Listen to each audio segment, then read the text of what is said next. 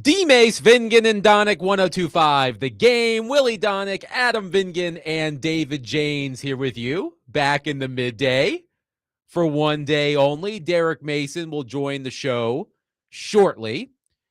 Of course, we are on at noon because of the Music City Bowl later today at Nissan Stadium, Tennessee versus Illinois.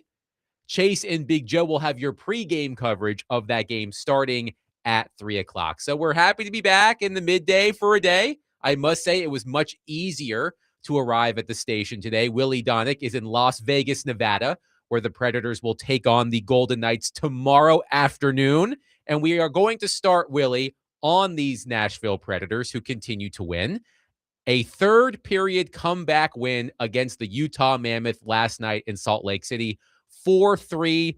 Steven Stamkos, 2 goals in the third period, 13 goals in his past 16 games. He's now 1 goal away from becoming the 22nd player in NHL history to reach 600 career goals, 6 game-winning goals for Steven Stamkos this month, which is tied for the most by one player in 1 month in NHL history. So a lot to get there, a lot to get to there, Willie, but I will start with this. And you tell me if I am speaking out of turn here. The Predators didn't deserve to win that game last night. The deserve to win-o-meter on moneypuck.com leaned heavily towards the Utah Mammoth in that game, especially in the first period. I thought the Mammoth dominated the game early on. But as we've seen from the Predators over the past month, they have found ways to win even when they aren't playing their best. And last night was another example. Yeah, and I think it's compensating some for the fact that early in the year when they were really struggling, there were a lot of games in there where I thought they won the deserve-o-meter and weren't getting any points. So I think it just evens out some. That was a clutch win last night to beat a team right in front of them in the standings and on the heels of losing a tight one to the same type of team in St. Louis. If you're looking at 0-2 to start that road trip, you really don't like where it's going, especially with the next game in Vegas and then the back half of back-to-backs at Seattle. It's not shaping up well. So to pull that one out was enormous last night. A classic 4-point game in the standings last night. The Predators are now 1 point behind the Mammoth in the Western Conference wild card standings. The San Jose Sharks have the second wild card spot, 3 points ahead of the Predators. The Predators have a game in hand. And I want to take a moment to talk about Stamkos because, as I just said, he is completely reinvigorated. 13 goals in his past 16 games, 6 game-winning goals this month, 1 goal from 600. And we've talked about this a little bit, Willie, but Steven Stamkos deserves a ton of credit for reinventing his game over the past month. He is scoring almost all of his goals from right in front of the net. He is getting there a lot more frequently than he did in the early portion of the season and all of last season.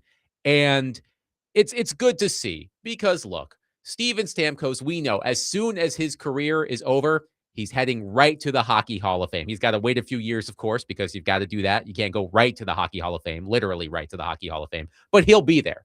He should be a first ballot Hockey Hall of Famer. And it hasn't looked like that for most of his Predators career, but you are seeing that over the past month, and it's because of the way he is attacking the game. He's not relying on the one-timer from the left circle. He's getting right to the front of the net. I know it's elementary hockey.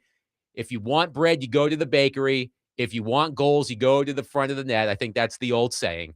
And he's been doing that with consistency, and kudos to him for doing that.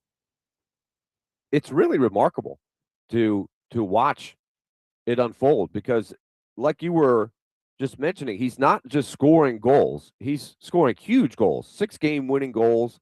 They won the game because of the plays he made last night, and I would put Ryan O'Reilly right alongside of him. And it's not a coincidence that O'Reilly is bringing out the best in Stamkos because O'Reilly just is doing so many things right now to help them win. And other teams that covet guys like this, they've got to be drooling right now at the prospects. The stock has gone so high for a lot of these players for the Predators who, have been mentioned in trade rumors. And so that's the thing that they have to keep sorting out over the next few weeks.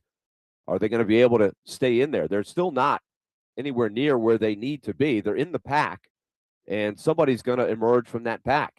But Stamkos deserves all kinds of credit for adjusting and adapting, because I think it was, there's that old saying in life, right? Adapt or die. And so that's really what Stamkos has done. He's such an intelligent hockey IQ kind of guy, and it's clicking right now because both of the goals he scored last night are from the dead slot, and he's got the scoring touch in there. And the Predators are hoping there's a lot more where that came from. Hair Metal Henry on our text line, driven by WilsonCountyHyundai.com, says, if the Predators beat the Golden Knights tomorrow, do they finally get to go to the Sphere, or do we just not tempt fate altogether? Well, unfortunately for the Predators and the traveling party, which includes Willie Donick, they are not staying in Las Vegas after the game tomorrow. Am I right? Right. They have a game. There's a game in Seattle Yes, of course. on New Year's Day. So you don't travel the day of the game, and you certainly wouldn't stay in Vegas and then travel the day of the game. So, I mean, this is a work trip. This is not a holiday. You don't really get New Year's. A lot of times last year, the Predators played New Year's Eve in Minnesota and were literally in the air for New Year's. The clock hitting 12. In fact, I think it hit 12 twice while we were in the air flying out to Vancouver. So, yeah, it's an afternoon game in Vegas, and then the team will touch down, in theory, if everything goes according to plan, in the evening in Seattle, and then play the next day. So back-to-backs. And by the way, U2 is not performing at the Sphere on New Year's Eve. That would be the Backstreet Boys. The Backstreet Boys are performing at the Sphere tomorrow at 10 p.m. in Las Vegas. So I'm not sure, even if the Predators were staying, that a Backstreet Boys concert would have the same influence on their performance as a U2 concert. But maybe I'm wrong. What do you think? I think the roster is it's probably got a few guys in there can appreciate the Backstreet Boys. Maybe not as much as U2. Yeah. It wouldn't shock me if Luke Evangelista had some Backstreet Boys on his Spotify playlist, but he's for sure he would have been guy. really young when they were hitting the big time, right? We're talking early 2000s. Yeah, Luke I guess that's true. Not even born. Yeah, I guess that's he's true. Definitely a One Direction guy for sure. That could be it. We'll ask him sometime. Wes from it's a moot point because it's just not available. It's not available. So there's no reason to covet what you just can't have. I don't know who's playing tonight. Is it something going on at the Sphere? Like, I guess it's also the Backstreet Boys tonight as well. Yes. Would you like to go? Okay. You should go. I don't know. What are the tickets? Who's got the hookup? I don't know. I'm sure you can find. I'm sure you can find someone who does. I'm told that anything at the Sphere is worth seeing just because it's so unique. Yes, my father has attended multiple shows at the Sphere. Saw Dead & Company there in the spring, I want to say, and had an absolute blast. So I think it's a bucket list thing if you're a music fan. Wes in Hermitage says Etch-a-Sketch, which I assume is his nickname for Steven Stamkos, has been drawing some pretty pictures out there. About freaking time. Took long enough. And look, the team as a whole, as we've discussed many times, Willie, did not get favorable bounces for a really long time. Now, you have to create those bounces, and the Predators needed to do a better job of creating those bounces, but they have been getting the bounces offensively over the past month. The question, of course, is how long can that last? The team is punching above its weight analytically. They are playing better than they should be right now. But as said, hold on. When you say punching above their weight analytically, yes, I feel like they're exactly what they are analytically. If I'm looking, you and I look at the same numbers. Offensively, they have been performing better than they should have or should be. For the season or just recently? Recently. Over the past 16 games. Recently, yes. Yes. But they were so under, they were getting a lot. To me, it's progression to the mean because they were not getting what they deserved or were getting analytically. They weren't getting the results early in the season. So to me, it's just balancing out. That's And fair. That's fair. yeah, I think through basically a half a season, what their record is, which is exactly 500, is about what they are statistically for the full package. Now I think you could look when they went 2-9-2. Did they deserve to go 2-9-2? I don't think so. They probably deserve better. And just like what they're 11-5, there's some games in there that they were outplayed at Minnesota, at Utah, but won. So these are the ebbs and flows Yes. of a season. The question is, can they continue to look like the team that they're looking like these days, be opportunistic, continue to hone in on their system, play together. That's what they're seeing right now, is they feel like they're playing to the system more. I think Andrew Burnett deserves a lot of credit for staying with it, because I think they're playing more connected, and they're playing with more belief, and they're making more plays. So can that continue? I also think, Adam, it's fair to say they've played the more difficult half of their schedule, and they have got, I don't want to say it's an easy schedule, but if you look that, in another couple of weeks, they're going to be done with Vegas. They're going to be done going to Colorado. They've played twice at Minnesota already. They're knocking out, I think, some difficult portions of their schedule. And if they still find themselves right there at the end of that, especially at the Olympic break, it's just something to consider. By the way, Tankathon.com is not only good for NFL draft updates, Tankathon.com has the Predators 25th in the NHL in remaining strength of schedule, meaning they are near the bottom of the, let me rephrase that, 25th in remaining strength of schedule, which means they have one of the easier schedules remaining in the NHL, to your point. One more game against the Avalanche, and game against the Stars, 2 against the Wild, 1 against the Lightning. They do have 3 games left against Vegas starting tomorrow at T-Mobile Arena. So to your point, they have played a tough schedule, and you take what they've been doing over the past 16 games. They're playing better than they should. First 22 games, playing worse than they should. So maybe you're meeting somewhere in the middle. The true Predators are somewhere in the middle of the past month and the first month of the season. So we'll see how long they can keep this going. They will be back in action tomorrow against the Vegas Golden Knights, a 2 p.m. Central puck drop in Las Vegas on New Year's Eve day. 615-737 1025. Josh, Nevada Josh, who knows a thing or two about Las Vegas, says, I was told the Backstreet Boys at the Sphere is one of the best concerts in America right now. Willie, you've got your plans for tonight. I just need somebody for the ticket then. I'm sure you can find someone in Las Vegas who's got the hookup for the Backstreet Boys. I know you can. You're industrious. I know you can do it. We'll find something. We'll find something to do. I feel like there will be something to do in Vegas tonight. No way. Really? That sounds like that's fake news. Something will present itself. There's nothing to do in Las Vegas? Oh, my goodness. 615-737-1025. We'll take your thoughts on the Predators, who have won 11 of 16 after coming back to beat the Mammoth 4-3 in the third period. Last night, Steven Stamkos continues to roll. But coming up next, we are expected to be joined by Vanderbilt head football coach Clark Lea. The Commodores have one more game left this season, the ReliaQuest Bowl in Tampa, Florida, taking on Iowa. That is an 11 a.m. kickoff tomorrow. We will catch up with Clark, talk about that game, and maybe all the feelings he's having with this special group about to play its final game together. 615-737-1025. Speaking of that game, the Commodores will take on Iowa tomorrow in the ReliaQuest Bowl. Pregame begins at 9:30 a.m. on 94.9 The Fan. Kickoff is at 11 o'clock.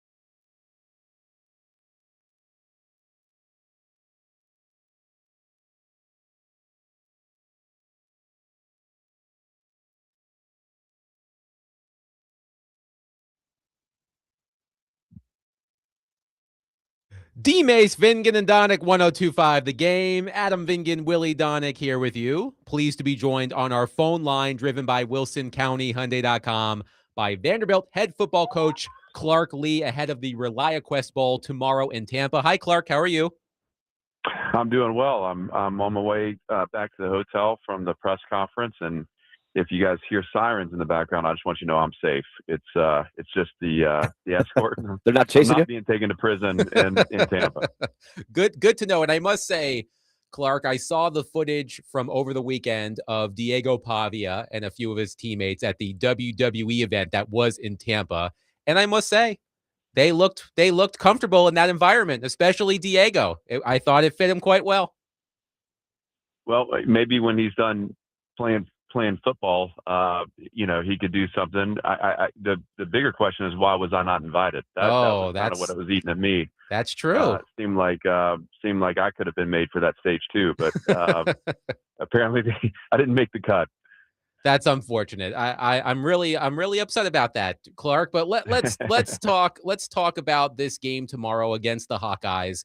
It's sort of the irresistible force meeting the immovable object. Speaking of wrestling, you've got a top 10 scoring offense. Iowa has the top scoring defense you've faced this season. What challenges do the Hawkeyes defense provide your team? Well, they're really well structured.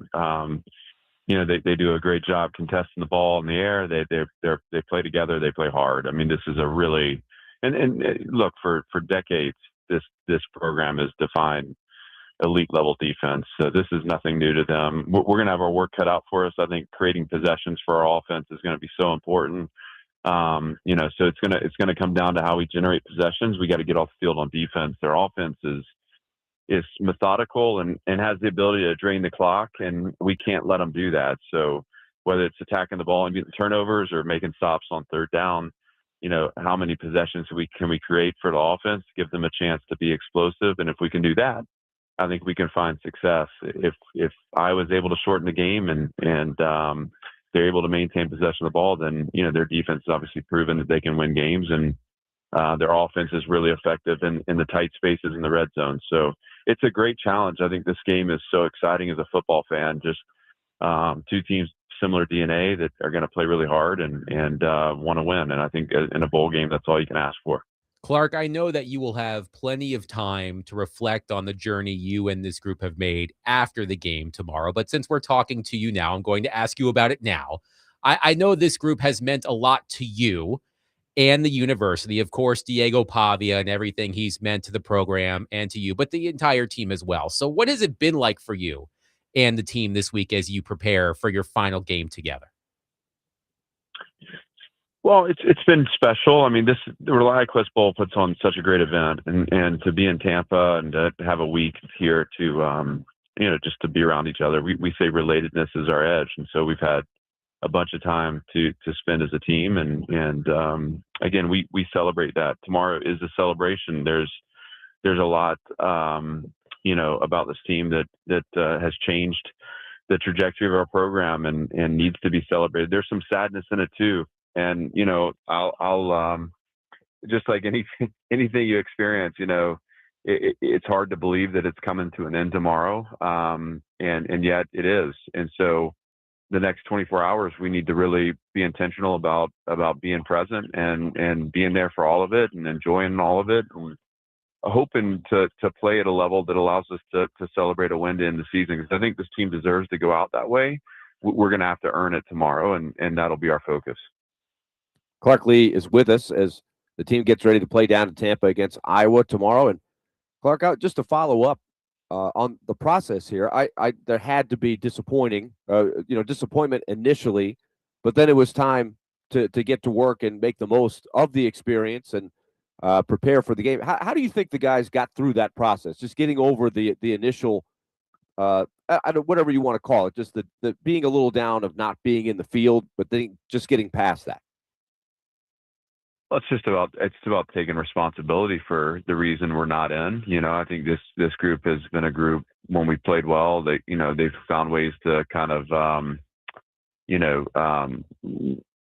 prepare for the next one as though we need to improve.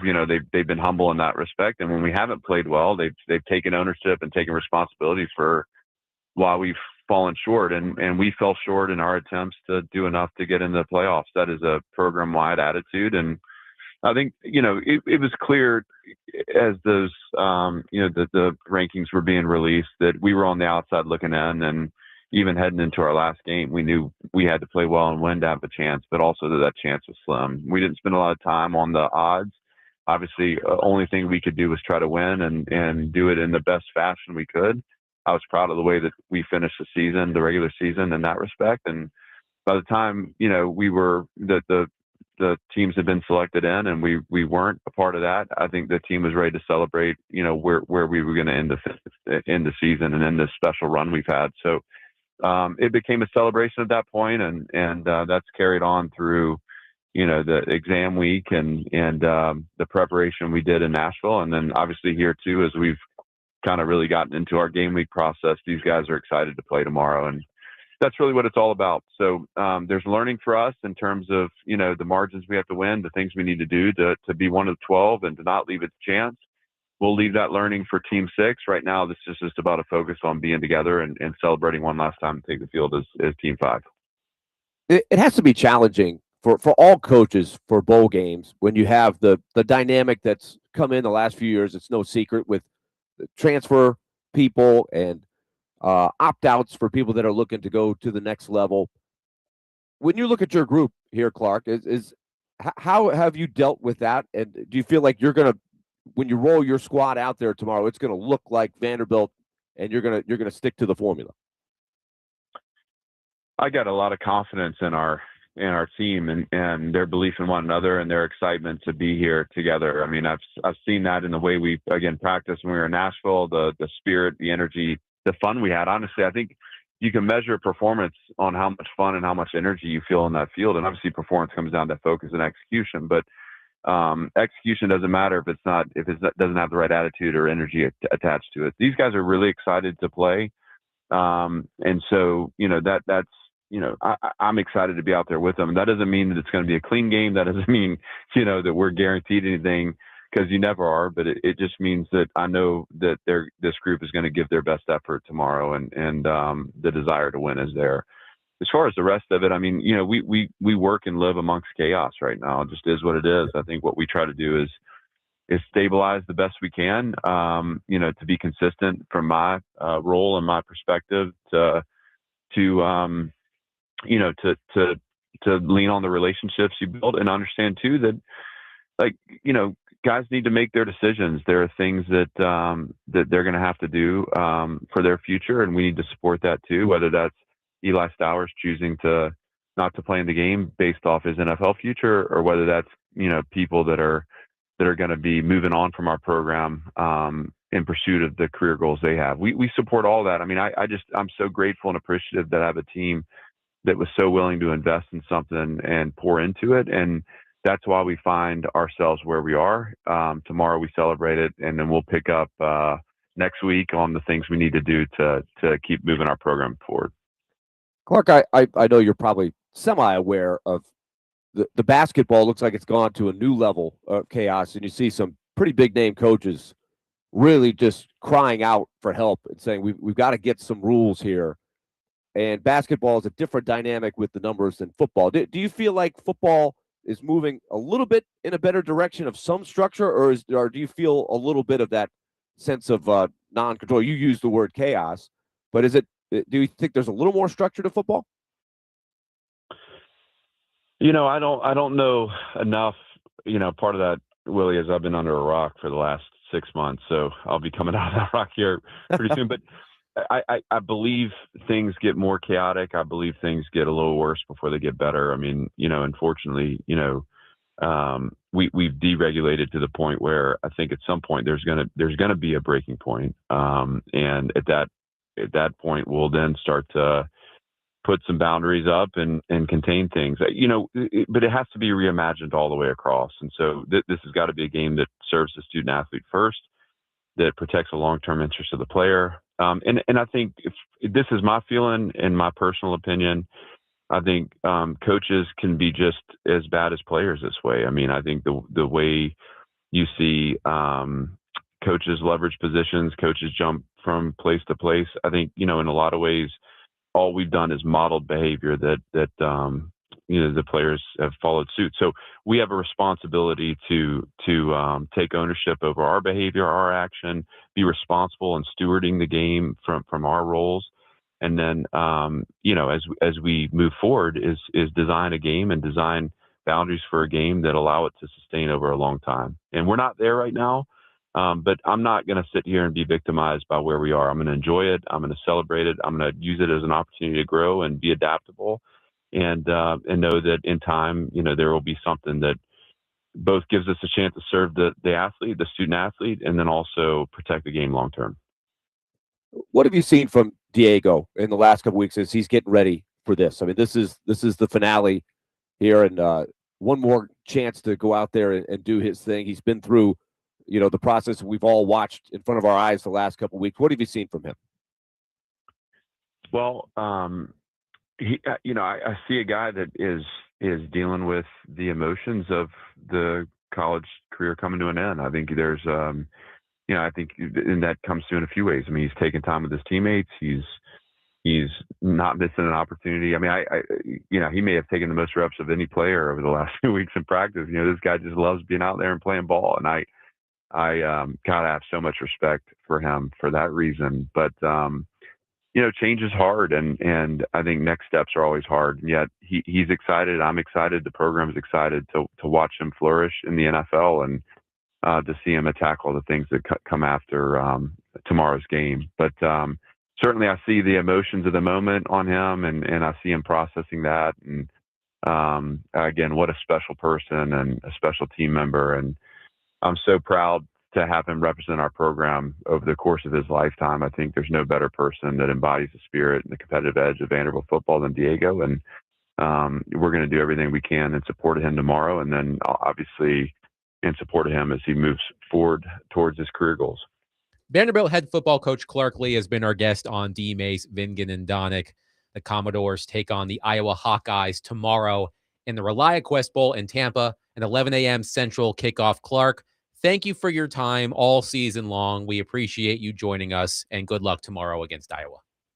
My pleasure, guys. And listen, there's no reason we can't get on and hang out in the off season too. So as long as you guys are up for inviting me, I'll get on and we can talk a little bit. You have an open invitation. All right. I like it. Thank you, Clark. Good luck. 615-737-1025. Once again, the Commodores take on Iowa tomorrow in the ReliaQuest Bowl in Tampa, Florida. Pregame begins at 9:30 on 94.9 The Fan. Kickoff is at 11 o'clock. Coming up next, we'll stick with Vanderbilt because, as you just heard Clark Lea say, it's kind of a sad day tomorrow for people who enjoy watching the Commodores, and we will discuss that. Coming up next, 615-737-1025. The Game Nashville Sports Network is your home for college football bowl games presented by Parman Tractor and Equipment and Twin Peaks. Today on Sports Talk 830, starting at 1, it's Coastal Carolina versus Louisiana Tech in the Independence Bowl. And on 1025, the game following the Music City Bowl will be USC versus TCU in the Alamo Bowl. For a list of games carried on the Game Nashville Sports Network, visit theGameNashville.com/ballgames.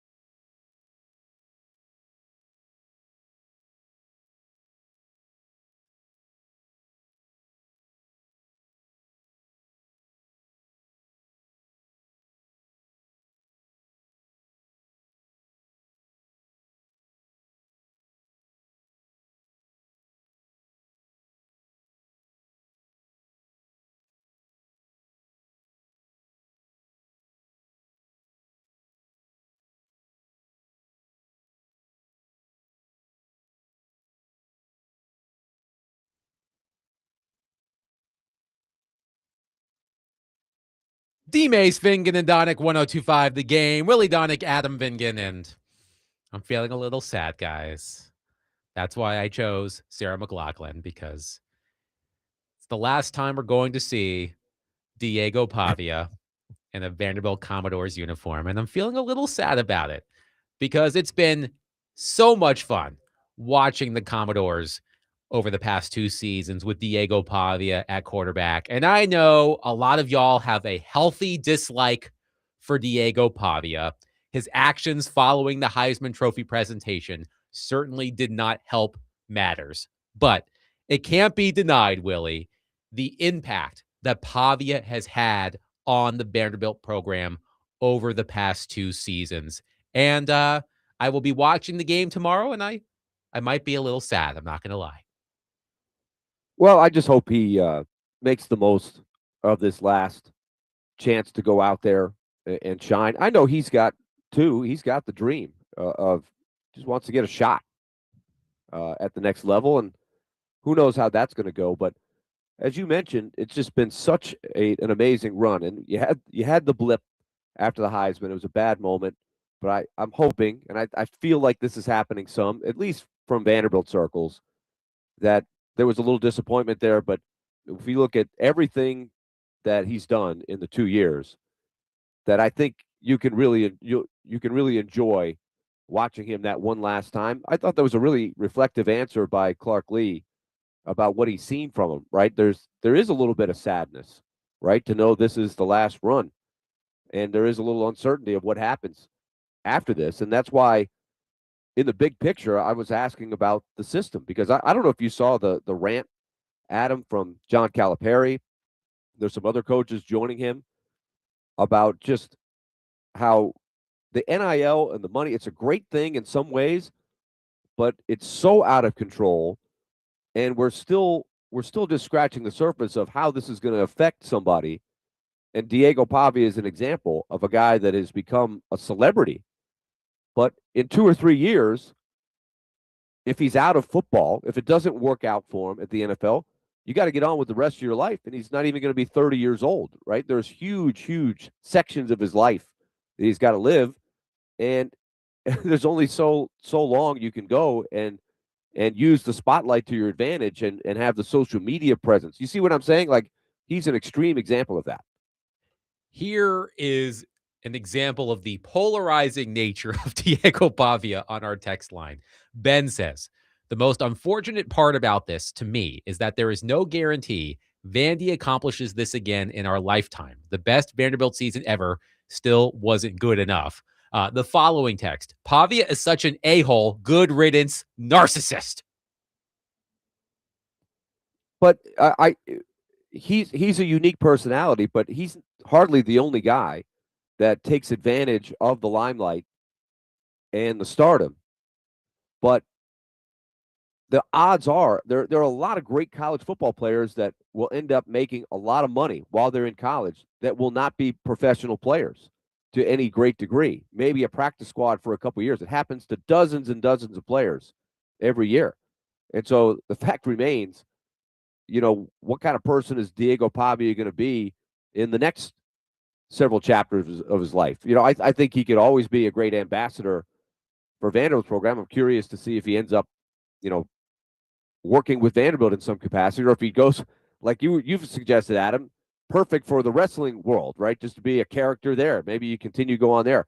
I just hope it's successful wherever he does, because I'm just thankful that he came along and changed the whole culture of a program.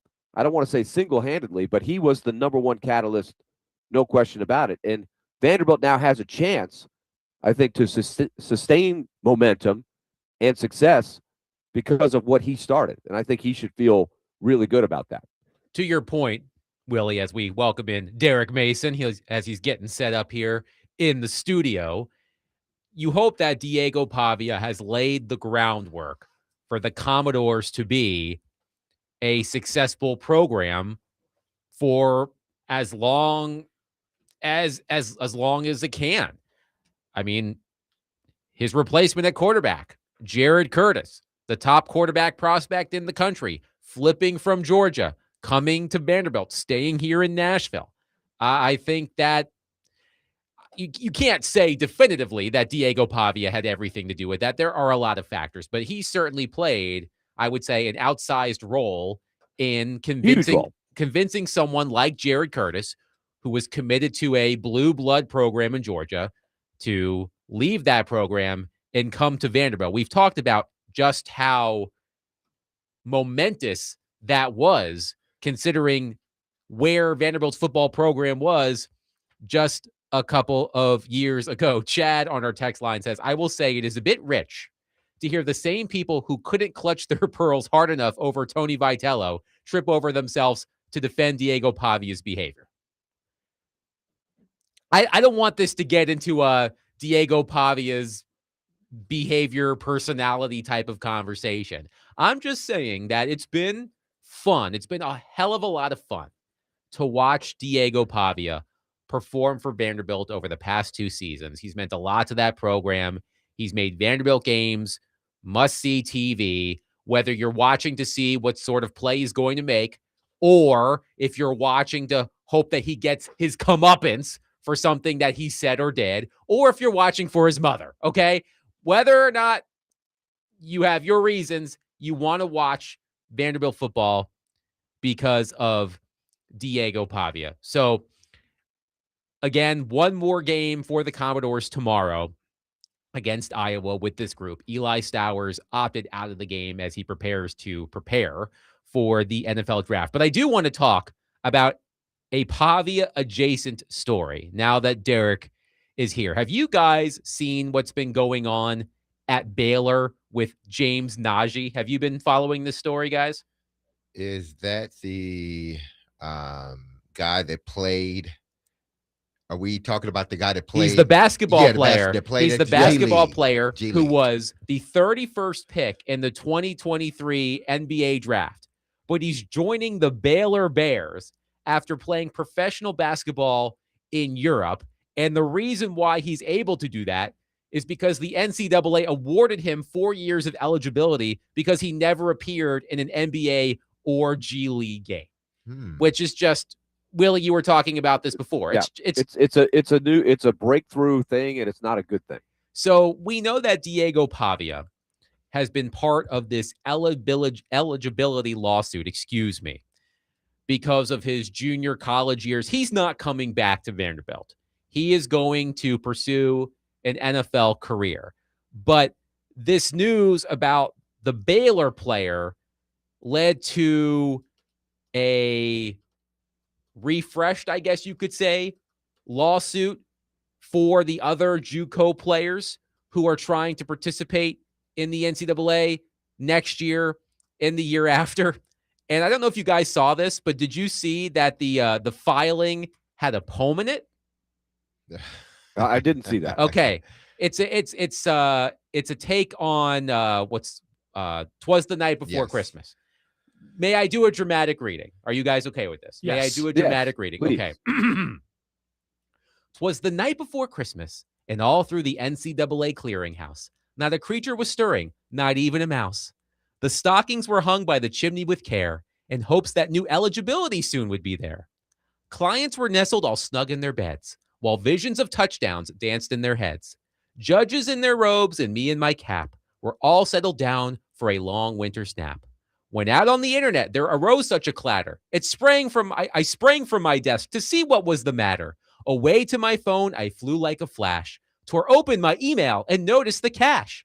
When what to my wandering eye should appear but the hypocrisy of the NCAA granting 4 years of eligibility to a 21-year-old European professional basketball player with 4 years of professional experience who was drafted by an NBA team 2 years ago. He will be 25 before he runs out of eligibility. Meanwhile, the NCAA argues to this court that high school seniors are harmed if a 22 or 23-year-old former junior college player plays 1 more year of college football."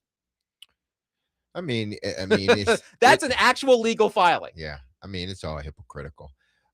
But he's not the only individual that has been granted, college eligibility. There has been, I think, 3 or 4 other guys. Tierney, Darling? Santa Clara, London Johnson, who played in the G League, but now at Louisville. Igor Dimon, BYU. He played for Real Madrid for college, and school's NIL collective helping buy out his contract. So this is not the only individual. You're starting to see this, I think, more and more, especially now that, finances and college athletic has it's amongst the players anyway, have intertwined themselves. So no longer can you say, oh, this is an amateur sport. It's not an amateur sport anymore. These people are getting paid more than professionals. It's no longer amateur sport. So, which makes their argument even more profound. Like, this has become a glorified professional league. And if my guy or girl chose to go straight from, high school or whatnot and go to the G League or something like that, they still shouldn't have to forfeit their college eligibility. Now, I don't know if there's a statute of limitation, how long you have been out. I think it's 4 or 5 years since you graduated high school. That's the time limit, I believe it is. I could be wrong on that. But you're going to start to see this more and more. Now that NIL has entered into the room, there's no argument for this not being professional sports, because like professional sports, owner, GM, head coach, player, you have the same thing in college now. So what is the line between that separates college from pro? Class. That's it. That is the only thing. And even in pro, some guys take classes online to finish up their degree. So you're going to start to see this more and more. I'm not sure if they can fix it unless they just break off and it becomes the Power Four and they have their own rules. But outside of that, you're going to continue to see, I think, more and more with guys now saying, you know what, I'm going to go back to college because they're going to pay me more than what I'm making in the G League. But don't tell that to Willie, because he thinks college is about unity and friendship. Not anymore. It used to be, Willie. I get you. It used to, when we were in college, Willie, that's what it was about. All about unity and friendship. And we wanted a little money, but they couldn't give it to us, wink, wink. Now, it's not about that. Coaches are saying it. Are you saying that Willie Donick got paid under the table? I'm not saying Willie Donick got paid under the table, over the table, in between the tables. But what I'm saying is that the argument is no longer there. Yeah, the argument that you say this is an amateur sport, at least for baseball, basketball, and football. Let's just say that. And again, it's no longer amateur. Diego Pavia. Well, we know that the money's going to be a part of it. I think though that you should have the right to make the rules of who can play, who chooses to play college basketball, and who chooses to play in other leagues worldwide, starting with the NBA and all the quote unquote professional leagues. Even though we know college basketball is professional now, we have to merge that. But I heard a plea from John Calipari, who is just trying to set the boundaries of, listen, we have to have college basketball rules. Yeah, college players get paid, but it's still college basketball. So we have to preserve one of the greatest things we have in sports in America is college basketball. It's gone. What would we do without March Madness? But we have to preserve some form of it. We have to adapt to the times. But I think there are some rules that have to stay intact. If you put your name in the NBA draft and get drafted, you're no longer a college player. Well, they started a going rule that has to be enforced. Yeah, but they started going more toward, them pushing the boundaries of, first was you couldn't talk to an agent, you couldn't have an agent, you couldn't do all this, and then it's, well, you can have an agent. Well, now you can get an assessment of where you're going to get drafted, or you can work out and do all. As long as you don't sign a contract, we're good. Now it's, okay, if you sign a contract with a G League team or a team overseas, technically your eligibility is still valid, which, listen, I agree with that in a sense, Because my thing is, if we talk about education, and if the young man or young woman is going back to college to play basketball or football, aren't they getting that education too? If they if they want that, I would recommend that they do this. If you do enter into the draft and you do play X amount of games, whatever, you have to stay a mandatory 3 years in college, because in 3 years, if you hit it right, you can get your degree. So if you're going to do that and say you want to go a year or two in the G League or wherever else overseas, but you find out, man, this ain't working, I can make more money in college. Well, okay, the door's open, but once you're in, you got to stay 3 years. You have to. Or 2. Well, that's basically what baseball has been able to at least preserve to this point, which I think it's a pretty good rule. It's good for college baseball. But I think we're about to embark on something. John Calipari made this point. He said, why would any coach recruit a high school player if, in theory, all of the professional players around the globe are eligible to play college basketball all of a sudden? That's where it's going, even to the point where you can show up in the middle of the season and start to play.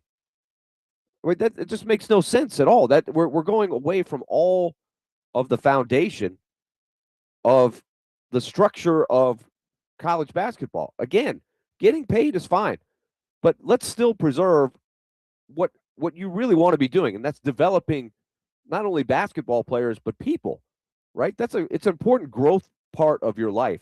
Ages 18 to 22, you're setting the table for your career post-college, whether it's professional basketball or anything else you choose to do. What you learn during those ages is essential. But now we're making it basically a 22 to 25-year-old league that just swirls the players around at that age group, and we're not developing the kids out of high school. Where do those guys go? I mean, it's basically you're going to be playing at a lower level, right? To tie this back it's going to change completely. To tie this back to Diego Pavia, his name is on the lawsuit. He is entering the NFL draft. So he's not trying to play more college football next season or the season after, but he is still following through with the lawsuit, hoping that other junior college players can extend their eligibility in Division I. But you can watch Diego Pavia's final game with Vanderbilt tomorrow against Iowa in the ReliaQuest Bowl. You can also listen to it here on 94.9 The Fan. Kickoff is at 11 o'clock. 615-737-1025. Coming up next, we're going to ignore Cam Ward for a moment. We're going to talk about the rest of the Titans rookie class this season. How are we feeling about the near future of the Titans based on the other rookies in the Titans on the Titans roster? 615-737-1025. We will do that coming up next. But the college football game of the week is number 10 Miami versus number 2 Ohio State in the college football playoff. Catch all of the action on 102.5 The Game tomorrow night at 6:30. Coverage is presented by Circus Sportsbook Kentucky. It's also available on the Game Nashville app and at theGameNashville.com.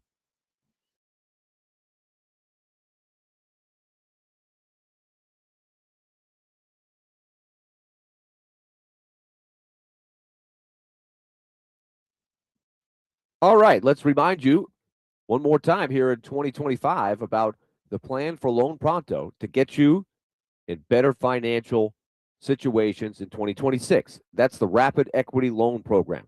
Right now, the best financial move you can make for 2026 is if you have a mortgage rate that's a little bit high that you got stuck with, get it down to a lower percentage. Right now, Loan Pronto can get you to as low as 4.99% fixed APR, the lowest rate in years. So call if you have a higher rate because they can save you money each month. You can skip the next couple of house payments as well in a lot of cases. So call Loan Pronto and find out what's your interest rate, how much money you can save. 615-499-5780 is the number. That's 615-499-5780 or go to loanpronto.com. That's loanpronto.com. And also, if you need money out of your home's equity to pay off credit card bills or other bills that have those really high interest rates, that's available to you as well. And they can do that really streamlined. In a lot of cases, you don't even need to get an appraisal. 615-499-5780 or loanpronto.com. Equal housing lender, NMLS 166-1781, APR for well-qualified buyers. Visit NMLSconsumeraccess.org.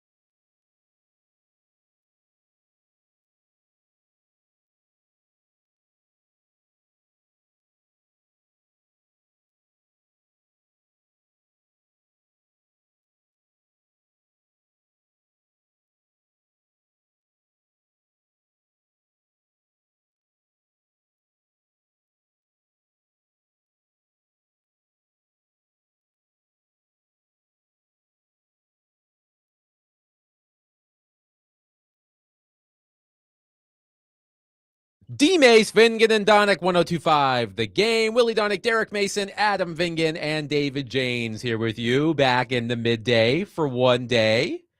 We will be taking you up to pregame coverage of the Music City Bowl at 3 o'clock featuring Chase and Big Joe. So they were kind enough to let us borrow their time slot for a day. And we are, if I do say so myself, taking excellent care of it. We are going to talk about the Titans rookie class with the exception of Cam Ward, because we've been talking about Cam Ward a lot. We will talk Cam Ward at some point today. But first, let's go to our phone line driven by WilsonCountyHyundai.com and welcome in our friend Adam from Portland. Adam, thank you for calling. Go ahead. Adam, it's like the weirdest thing. I love this rookie class, man. Like, and I look back through the years. I know that like the Derrick Henry and Byard class was good, but really Derrick took off a couple years later, and the KB's always been pretty good. But even like AJ and his draft with Jeffrey Simmons, like it took them a little while to ramp up injuries or whatever. So I like this class, how impactful they've been. The only thing that scares me with Borgonzi, because I love Borgonzi, is Femi Oladipo. He doesn't make any sense with the rest of the picks. Like he's the odd man out. Like you drafted a player who was not productive in college, like straight off of traits, and every other player was productive. So that's the only pick that I hated. I still hate it, and he doesn't make any sense with the rest of the class. But other than that, I love this class, man, a lot. Thank you for the call, Adam. Let's talk about this rookie class. Mine is Cam Ward. In order, Femi Oladipo, in order of draft position, I should say. Femi Oladipo in the second round, Kevin Winston in the third round, Jim Dike, Gunnar Helm, and Alec Iomanner in the fourth round. And those three in particular are the rookies we're probably going to be talking a lot about. Jackson Slater in the fifth round, Marcus Harris, and Khalil Mullings in the sixth round. So let's just start it open-ended, Derek. How do you feel about the Titans rookie class so far, minus Cam Ward? It's promising. I think a lot of these guys have been contributors in this season. It hadn't been a great season for them by any stretch of the imagination. It hasn't been a good season either. But I think these rookies came in under strenuous situations. And, I think each game has developed. Now, it may not look like anything right now, but the experience that they're getting with their starting quarterback, I'm naming guys on offense at least, it's going to help them moving forward. These are moments and plays that probably were not going to be gotten had the original roster stayed together, meaning it hadn't gotten hurt. But because it did, these guys jumped in there and started off slow, but then they started to pick up. And I'm talking about Alec and DK and Gunner, guys like that. But then on the defense, I think, it's promise there as well. Now, the rookie, well, the injury bug has bit this team on especially on the defensive side of the ball. But I think the guys, when they were playing, they were developing. Now, Femi, that's a different story. Yes, he's going to have to show. And I think everybody knew he was a project, but do you take a project that high? If he was drafted in the fifth round, I think people would be looking at this a little bit different. But because you used a high second round pick on a guy that, was switching positions, didn't have much productivity at that position he switched to, at least not last year, and he's a project. It's like a team that is in the situation that the Titans are in. You don't draft a project in the second round. You draft a project in the fourth. And then you get kudos for that guy developing. Or if he doesn't develop fast enough, you still got the other rounds to sort of cover him up until he gets to that point where he's ready to contribute. But when you draft him in the second round, nobody's covering him. There's nobody except the number one pick that sort of gives him blanket on his non-productivity out there. Now, again, he was a project and he still is. I'm not, writing him off, but he has been sort of, disappointment to me is a harsh word, because knowing what I know about him and everybody else knew this, that he was a project. So is it his fault that he's not developing the way that they claimed he could? Or are we just seeing a guy that is going to take a little bit longer? Willie, same question. How do you feel about the Titans rookie class so far, minus Cam Ward? I feel like they have done a pretty good job of filling holes. Like, if nothing else, I think you've got some complementary pieces. They haven't hit any big home runs out of the park, unless Kevin Winston or maybe Oladipo down the road, really make a jump. And both have had significant injuries here, so it's a complete unknown. And you're not going to bat 1,000 in a rookie class.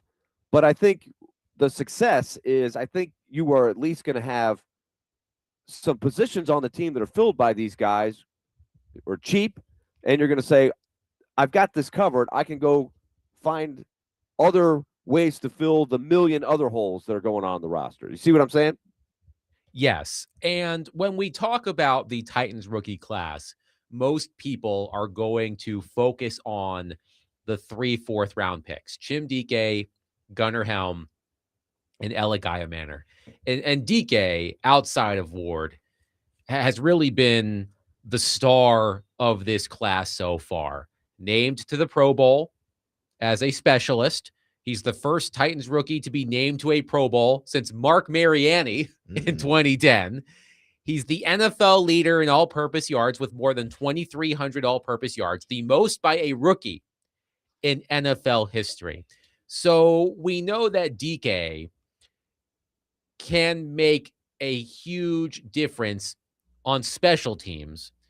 My question, Derek, is how big of a difference can he make as a receiver? As a receiver, he's had some solid numbers, 45 receptions, 396 yards, and 4 touchdowns. He's made some big plays on offense. For me, it comes down to how impactful can DK be as a wide receiver. We know that he can return punts incredibly well. We know he's going to make an impact there. But how impactful can he be as a receiver moving forward? I'm not sure. I'm not sure if he's, a 1 or a 3. He's playing closer to, that 2-3 guy.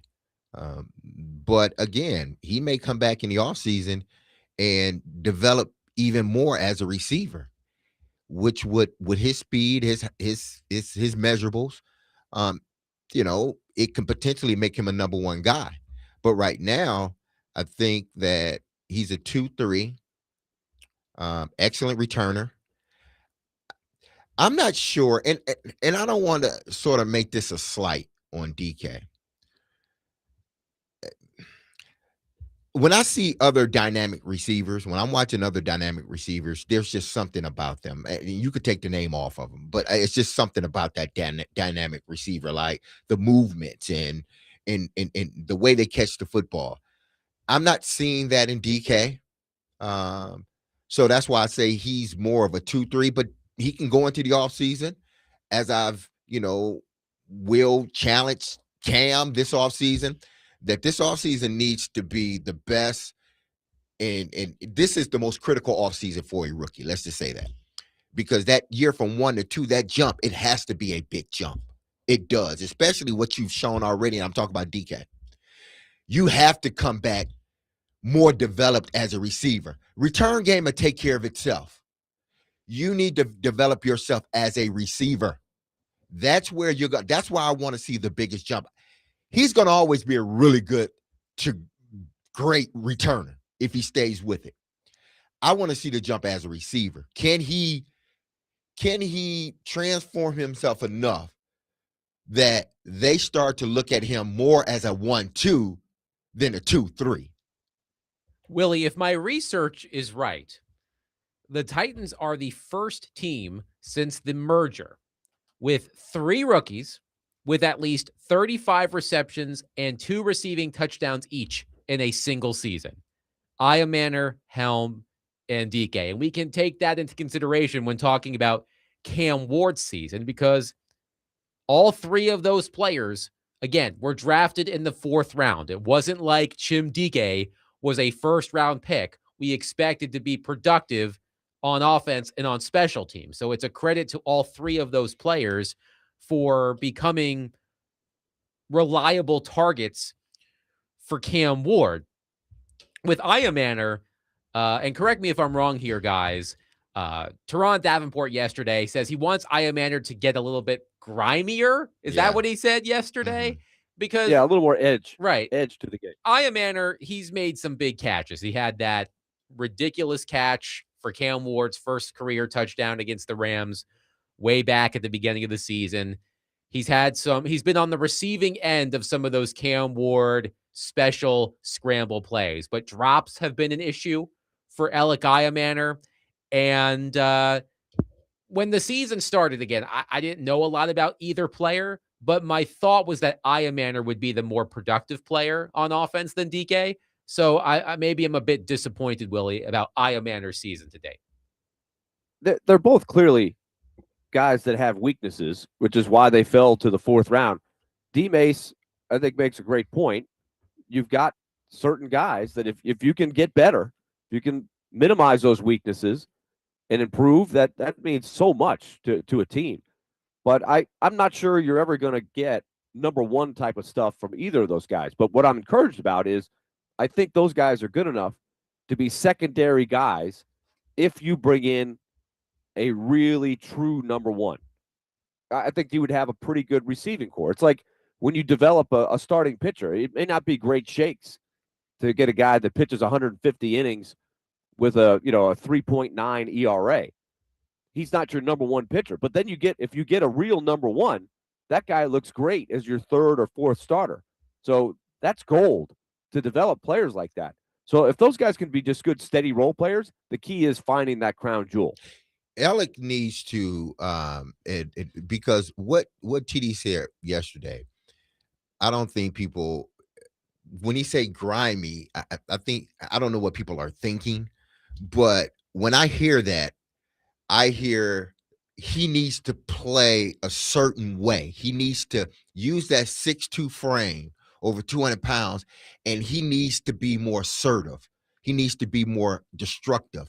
He needs to be he needs to do what A.J. Brown did after his rookie season. A.J. Brown came back and was a different physical specimen. A.J. used his ability to run routes, but he got better at catching the football, and he became a bigger player. But don't you think that AJ showed a higher ceiling his rookie year? I don't see a high ceiling with Iamaner. No, that's not what I'm saying. I'm not saying I'm not comparing him as far as productivity. That's not what I'm doing. That's why I said the grimy part. AJ has the grimy part. AJ's an excellent receiver. AJ's an elite receiver. But what makes him elite, he has that grit in him. He has that grime. He has that 6'2" frame, and you're not going to, I'm going to overpower. That's why T.O. was so good. Not that T.O. was the greatest route runner or the greatest person catching the football, because he wasn't. He's all in favor, damn sure much better than I was. But what put him over the edge, he had an attitude and a grit about him. When you stepped up on the line with T.O., you weren't jamming him. He was gonna make sure you wasn't gonna jam him. That's one thing you wasn't gonna do. That's the same thing with A.J. Brown. I'm not saying that Alec needs to transform his body into because he's not they don't look at him as a speed guy. They don't. Right.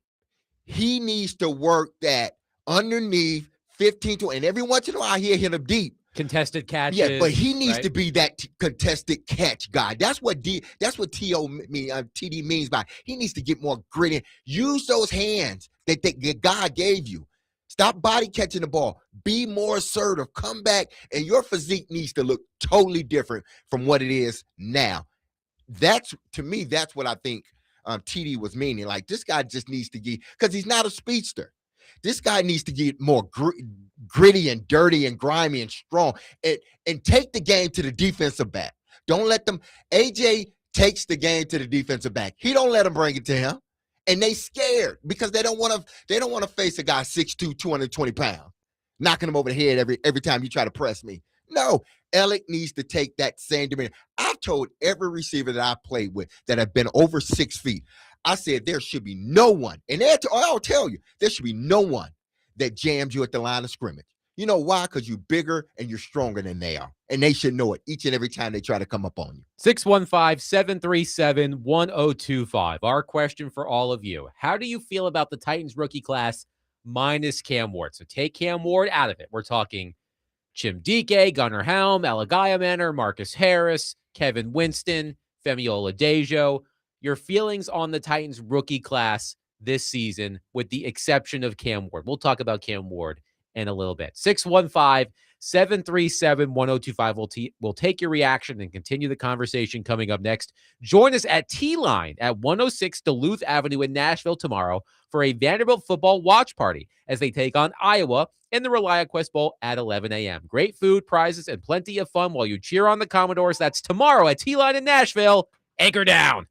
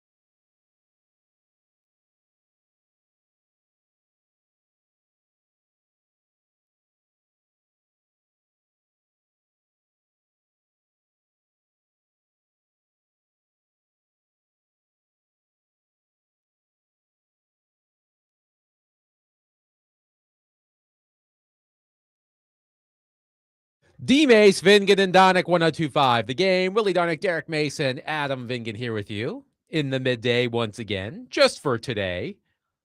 We're holding it down for Chase and Big Joe, who will be providing pre and post game coverage of the Music City Bowl. Pre-game coverage starts at 3 o'clock right here on 1025 The Game. Trevor Maddich will join us in the next segment to talk about the Titans and the upcoming college football playoff matchups. But we are talking about the Titans rookie class minus Cam Ward. So take Cam Ward out of it for a moment. How do you feel about that class so far, which includes Jim Dike, Gunnar Helm, Alagaya Manor, Kevin Winston, Femi Oladejo, Marcus Harris, etc. 615-737-1025. One texter says, the draft class is partially refreshing considering past failures. It seems to be decent enough overall to keep the heat off of Mike Borgonzi. If this next class is also decent, then he probably will get a third year even if Cam regresses. Justin says, I think Femi Oladejo being picked high in the second round is disappointing because he personally shouldn't have been picked that high. The player at that position hasn't shown the results to warrant that pick. Dustin in Hopkinsville says, feeling great. We have a base at wide receiver. You need to throw in a number one like Puka Nacua, Jackson Smith and Jigba, CeeDee Lamb, Mike Evans, etc. They'll double that guy, opening up the rest, or that number one will be in man and win a lot. Derek, you said during the break, you made a comparison between Manor, and you were talking about before the break, Manor, he needs to maybe bulk up a little bit, use that frame to be a little bit more assertive in the offense. And you made a comparison between Manor and Calvin Ridley. And it wasn't necessarily a positive comparison, a redeeming comparison. Why don't you explain the comparisons you see between Manor and Ridley? And it's nothing that I haven't said about Calvin Ridley before. And again, it's just my assessment of it. The reason that I look at Manor and say he needs to come back being more assertive, he needs to sort of rethink things. This year, he just seems too tentative. He's still figuring things out. He's still trying to find his space, not only on his team, but in the league. So as a rookie, it's just not, it hasn't all come together. That's why I said that transformation from year 1 to 2 is going to be huge if he wants to be ever be considered as a number one or number two. The same thing that AJ did. AJ was considered a number one after the season, but AJ came back and made sure everybody knew he was the number one. How? He honed in on his skills more, worked on his catching the ball, and he got bigger physically. He just became more of an imposing wide receiver. And I think that's what Ellick needs to do in this offseason. Not that he's going to be AJ, but his body needs to transform, and his mind, the way he approached the game, I think needs to change. What I said about Calvin Ridley is this. There's a reason why people don't see Calvin Ridley as a number one elite receiver. And every time his name is brought up, he's just a number one for the Titans, but he can't be a number one for anybody else. And listen, I like Calvin Ridley. I think he's a really good receiver, but they keep having these conversations about him. Why? Two things. Well, three. He drops the ball too many times. He's often injured, at least since he's been here. And then that third thing I think is going to be more critical. He doesn't show that you need. He doesn't show that attitude that you need. He doesn't show that, hey, come impress me and see what happens. Not because of my speed. Not because of that speed.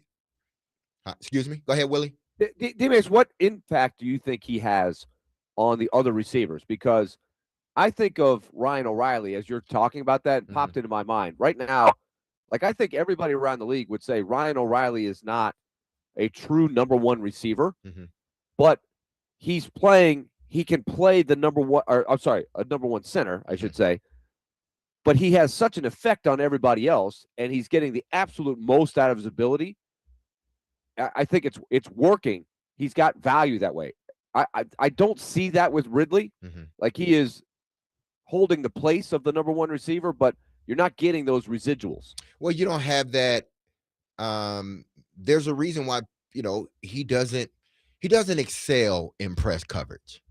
because there are defensive backs out there that don't believe he can use his 6'1" frame and be more physical than they are. He's a finesse. He's more of a finesse receiver. And defenses know that. And I guarantee you, if you look at his production versus press and off, it's just like a gap between those two. Whereas he's not as successful when playing when they play press coverage. Why? Because he's not as physical as he needs to be at the line of scrimmage, being 6'1", 200 pounds. When I see a guy 6'1", 6'2", 200 pounds, you bet not press me. You bet not. Because if you do, I'm going to show you, you better not do it again. They don't look at Calvin Ridley like that. And because they don't, guys don't respect, they respect the speed, but they feel if we get him on the line of scrimmage, he ain't going to fight off of us. He's just not. He's not physical like that. Io Manor can be that physical presence that the Titans need. It's not about a number one or number two with him. It's not. It's about how much physical presence can you bring at that position, being a big body, and we know you can catch. We know you can catch, and we know you can run routes. But how physical can you be? Because you're not going to be our deep threat guy. You're not. They're already showing that now because they're doing DK more deep routes than anything, and rightfully so. But now he has to understand this. Yeah, my speed may not be my superpower, but my physique and my strength can be my superpower. And that he may turn out to be a number one because of that. But he has to change the way he approaches the game. Enough with this finesse stuff. And I don't think he's being finesse, but enough with that. You 6'2", 200 pounds, put on an extra 10 pounds, come back 212, 6'2", and dare any one of them to step up to the line of scrimmage and press you. Stake your claim early in practice. That's how he needs to come back for them to even think he's a 1 or 2. Let's talk about the defensive rookies, and those players have not made anywhere near as much of an impact as the offensive players have. We've mentioned Femi Oladejo. He's played in 6 games, made 2 starts. He's injured. 6 quarterback pressures in 6 games, 0 sacks. Kevin Winston also dealing with injury. 9 games played, 6 starts, 5 quarterback pressures, 1 sack. Allowed 18 receptions and 3 touchdowns on 22 targets as the nearest defender in coverage this season. And then you have Marcus Harris, who has made 5 starts, 15 receptions on 30 targets allowed as the nearest defender. Willie, your thoughts on the defensive rookies, specifically Kevin Winston? I mean, I remember during the draft process, Winston, correct me if I'm wrong here, tore his ACL at the end of near the end of his college career, so he didn't play a lot. So he fell down the draft board, if I recall correctly. So I do remember a lot of people mentioning Kevin Winston as, he could be a steal from where the Titans got him. What did you see from Kevin Winston in the games he did play this season? I saw some flashes. I think they knew it was going to be a situation where anything you got from him was probably gravy this first year. It's a huge offseason for him because I do think he's got some talent, but he's got to get his body right. And it's disappointing he didn't finish the season. I would have liked to have seen, because I think the more he played, the more he could get experience and maybe grow a little bit more before he had to stop. But I would say Oladejo and Winston, this is a giant offseason for them. They've got to have a great offseason. They've got to be ready to go for all of the reps in the OTAs and be ready to go at the start of training camp. The odds are 1 or 2 of these guys is not going to make it. Like Marcus Harris has been a nice pickup for where he was picked, right? That's another guy that I put in the category of the overall class of, do you have a superstar? No. But do you have one less hole on your team than you had before because you had a solid low-round pick? Yeah. I'm looking for one of the two, Oladejo or Winston, to be a little bit more than that, ideally. That's what you want. One of those guys, I hope, can make a jump. From a defensive standpoint, those three guys, Femi, I think it's going to take him maybe a little bit longer. I would tend to lean more on that side of it taking him a little bit longer. Now he may come back off his injury and transform his body and everything else, and he comes back and he makes that jump that you expect a second-year player to make. But I'm a lean more toward it may be another year before you really see what this young man what he can or can't do. So next season, I think is going to be a sort of continuation of this season, assuming he got hurt. Now, Marcus Harris and Winston, these guys are interesting. Femi is as well. But I look at these two guys. I think when we start to look at them, we're trying to project like starters. Can they be starters? Can they be starters? And I'm not looking at it from that standpoint. I'm looking at it, can they be key contributors to my special teams? Can they be core special teams guys first? If they can be core special teams guys, because again, this roster is going to be comprised in 3 or 4 years, a majority of these guys that they're drafting now. So if you can get some guys early on in their career to become core special teams guys and then work their way up, you always want a few that's just going to pop. Yeah. But when you're talking about your 6th rounders, your 5th rounders, all your 4th rounders, are they valuable components in your special teams that are now developing, progressing to be now key contributors on your offense or defense? DK seems like he's becoming that guy. We need Winston and Harris and Femi and those guys to also, because if you don't see them as starters, then I need to know that they can be core special teams guys while they're learning the position. Because again, this team is not in a position to get rid of good players. So if you can be a good player to great player on special teams, that then can allow you to grow and develop into the player you're going to be on offense or defense. 615-737-1025. We'll continue to take your thoughts on this question. How do you feel about the Titans rookie class minus Cam Ward so far this season? 615-737-1025. We'll ask Trevor Matich that same question and more coming up next. 615-737-1025. Willie Darnick, Derek Mason, Adam Vingan, 1025 The Game.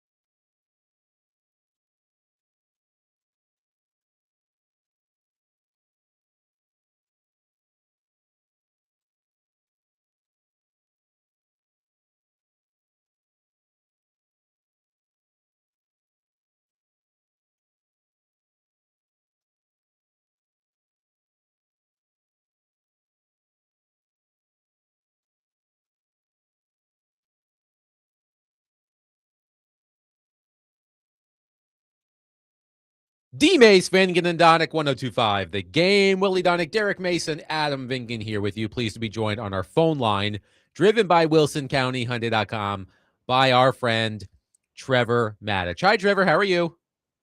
Hello, Adam and Blaze. How are you doing, man? We're doing well. Thank you for joining us a little bit earlier today. So let's talk about the Titans rookie class minus Cam Ward. I want to ask you the same question we were asking ourselves and our listeners. So take Cam Ward out of the equation for just a moment. How do you feel about the Titans rookie class based on what you've seen so far this season? I think from round 3 below, they added a lot of good pieces, and I really like the draft there. You know, they got a couple of guys that can be stars round 3 and below. I think Kevin Winston Jr., the safety, once he gets fully healthy, has the ability to be a force in the box, a force in tackling, an enforcer of receivers coming across the middle with the ability to blitz and to do all kinds of things. You know, he showed flashes of that, but really he was injured so much in college that he's got a lot of work to do from a standpoint of technique and recognition. So this guy is a project that's shown the ability to move forward. I really like him. I like the receivers they took in the 4th round. You know, obviously DK is in the Pro Bowl as a returner, and that alone is enough. I mean, if you had said that you drafted him, you drafted a returner in the 4th round and he became a Pro Bowler his rookie year, you'd say, good, that's enough. But he's got the chance to develop as a receiver. He's got a lot of work to do there, especially as a blocker. But, you know, because he was a liability for much of the year blocking on running plays. And so he needs to work on that. And he needs to, you know, work on catching the ball so it doesn't beat him up as a receiver. So, but Pro Bowler as a rookie, that's a win. I think Gunnar Helmet tight end shown the ability to develop into a very important piece at that position for them. And I think Alec Eilmanner, I think, is what he is. You know, I don't know that he is going to be a great receiver, but he can be a very good complementary piece. But he's drafted in the 4th round. And then Marcus Harris at corner from Cal, he was drafted in the 6th round. I think that he showed some flashes and the ability to maybe be able to develop into a guy that can contribute on a rotational basis. And so, you know, I think that from 3 down, I really like the way this class, as far as it was healthy, performed. I'm worried about number 2, and that's Femi Oladejo. Yeah, I'm worried about him. And, you know, we can talk more about him, but but for the rest of it, you know, I think that the Titans have to be happy about the way this class has come in and contributed to an otherwise pretty miserable season. Trevor, the college football playoff continues tomorrow, starting with the Cotton Bowl between Miami and Ohio State. But the one matchup in the quarterfinals I am most fascinated by is the Rose Bowl game on New Year's Day. Alabama versus Indiana. I love the storyline of the new kid on the block, so to speak, Indiana against the blue blood Alabama. What's your read on this matchup? What are you going to be watching for when you watch the Rose Bowl on New Year's Day? It's hard to know which Alabama team's going to show up, isn't it? I mean, Indiana has proven that they are worthy of that number 1 ranking. Last year, Indiana laid waste to everybody who wasn't the top team. Ohio State played them in the regular season and blistered them, and then they lost fairly significantly in the first round of the playoffs. And so last year it seemed like, okay, we know they're better than most, but are they really top tier? This year, they upgraded a quarterback, won the Heisman Trophy, went to Oregon and beat them soundly. What was it, 30-10 or 30-20, I think it was. And one of those touchdowns for Oregon was a defensive touchdown. So this is a magnificent performance on the road against a playoff team. And then they beat another playoff team on a neutral site, Ohio State.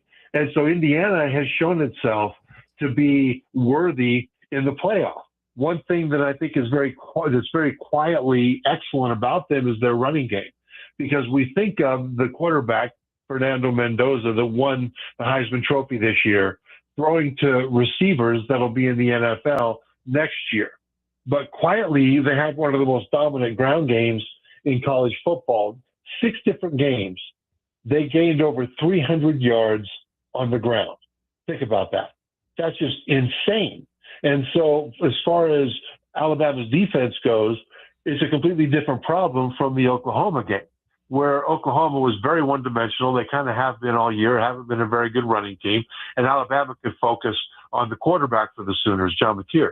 Well, in this case, they can't do that because Indiana can hammer them every which way. But which Alabama will show up? Because in the first quarter, basically, of the Oklahoma game, they gave up, at least early in that game, 17 points to go down 17-0. Then Alabama flipped the switch, and they became more like the dominant, physical, skilled Alabama teams that we're used to seeing under Nick Saban. The offense just went on a tear against one of the best defenses in the nation, and the defense was dominant in ways that they haven't really been very often this year. And so that's the Alabama that's going to have to show up to have a chance against Indiana. But if they do, Alabama can be as physical and nasty and hard to beat as anybody in this playoff. So really it comes down to, in my opinion, is Indiana's skill overall is going to be better than Alabama's.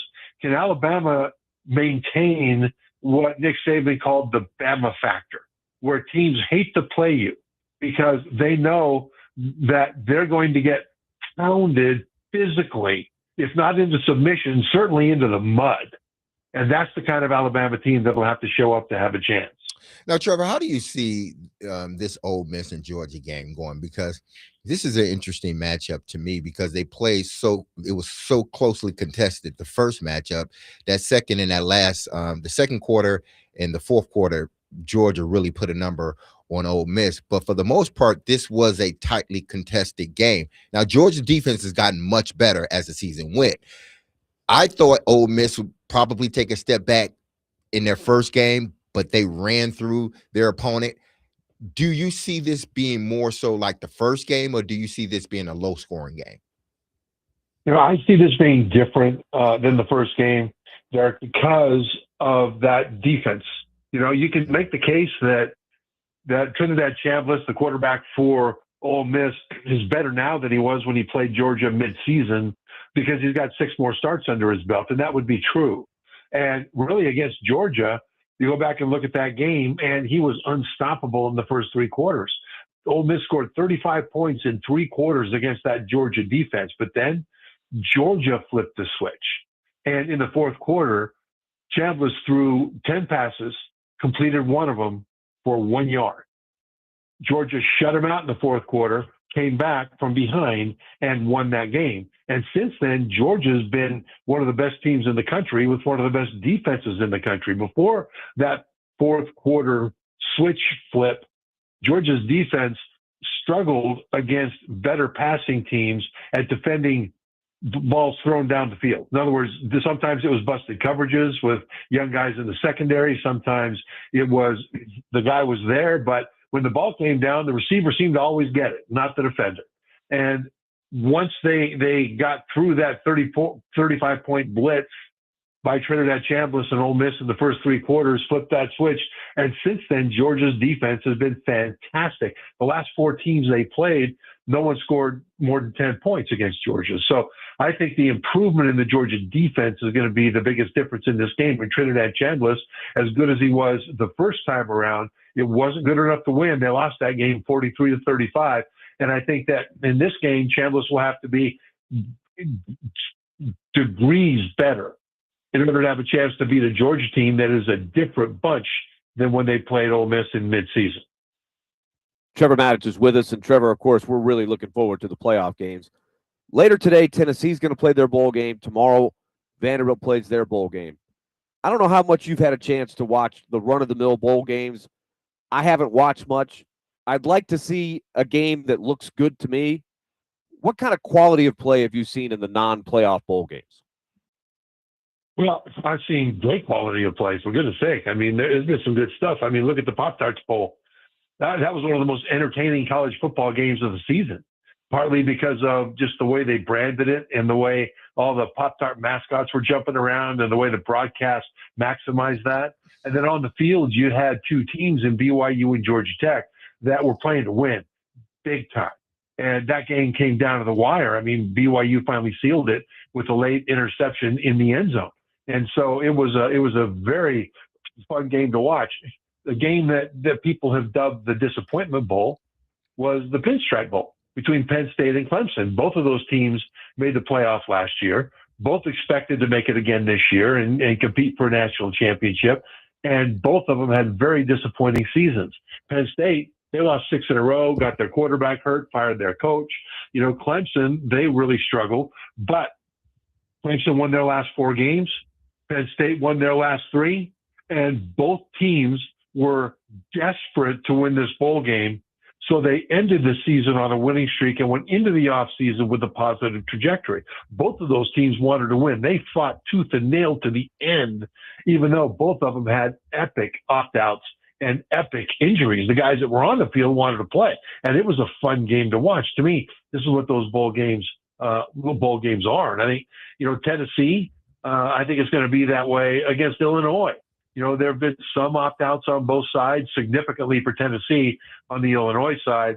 The Big Ten's leading pass rusher, leading sacker, doesn't play for Ohio State or Indiana. He plays for Illinois, and he's opted out, so that's a good thing. Chris Brazel's opted out for Tennessee. But overall, these are two teams that are largely intact and two teams that are going to fight like crazy. I'd love to see Brett Bielema and Coach Heupel in an alley fight.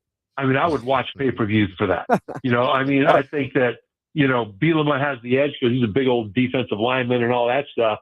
But I think Heupel's got an anger to him, a football anger, that would, the fury in that fight would be great. And both teams play that way. I think, you know, Vandy kind of same way. You know, Vandy's got every reason to put a cap on this season and take a historic season to another level, but they're facing an Iowa team that's a very difficult matchup for them. So I think, you know, both of those teams are going to have bowl games that'll be entertaining, and I've loved this bowl season. I think it's been great.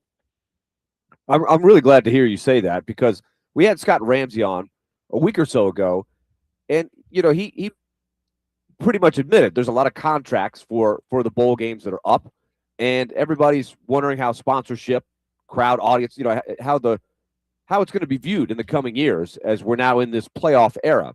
But it sounds like you're pretty optimistic that we can preserve the bowl system the way it, and have it go alongside the playoffs.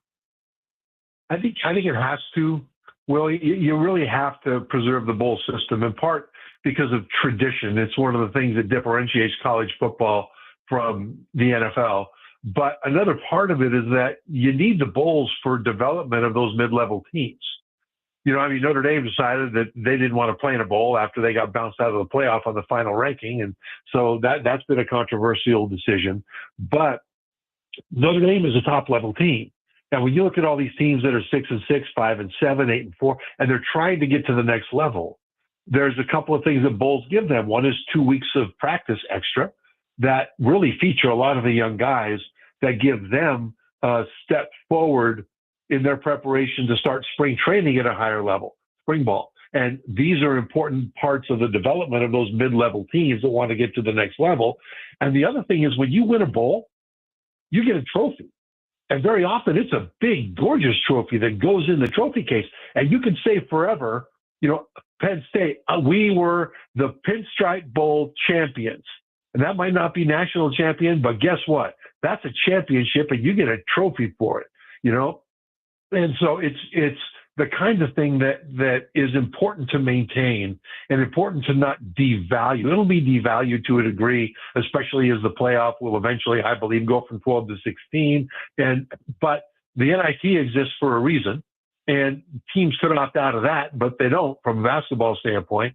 And I think from a football standpoint, there's just too much good that the bowl system does for the game, not to mention the cities and the sponsors and the charities that benefit from those bowls as well. Trevor Maddich has been our guest on D Mace, Vingan, and Donick. He joins us every Tuesday, and he is brought to you by Houston Clinic Orthopedics, when experience matters. Trevor, great stuff as always. Happy New Year. We'll catch up next week. Thanks, Adam. 615-737-1025. We roll on. Coming up next, Willie Donick, Derek Mason, Adam Vingan, 1025 The Game.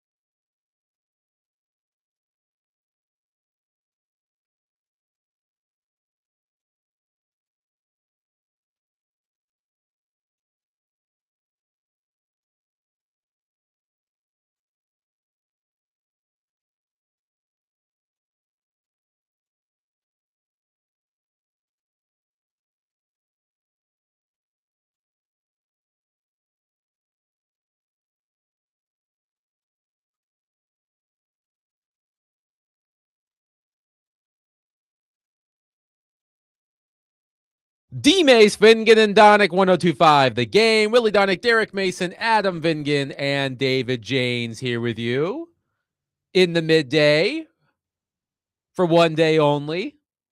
We're holding it down for Chase and Big Joe. They are hosting pre- and post-game coverage of the Music City Bowl, which is coming up later this afternoon. Tennessee versus Illinois in the Music City Bowl at Nissan Stadium. So Chase and Big Joe will take over at 3 o'clock to get you ready for the orange matchup between the Tennessee Volunteers and the Fighting Illini of Illinois. But let's talk NFL here for a moment, guys. The AFC playoff picture is starting to take shape, and there are some interesting teams in the mix.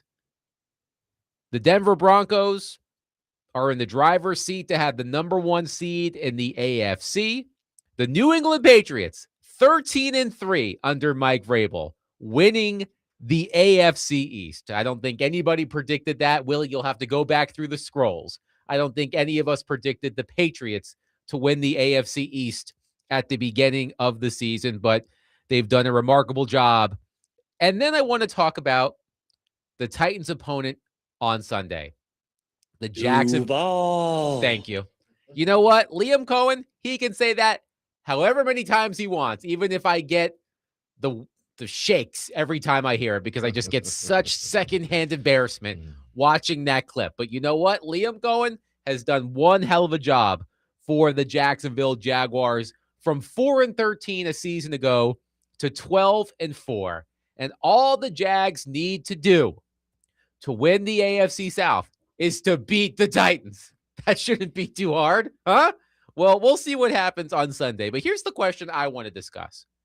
How much do we believe in Jacksonville?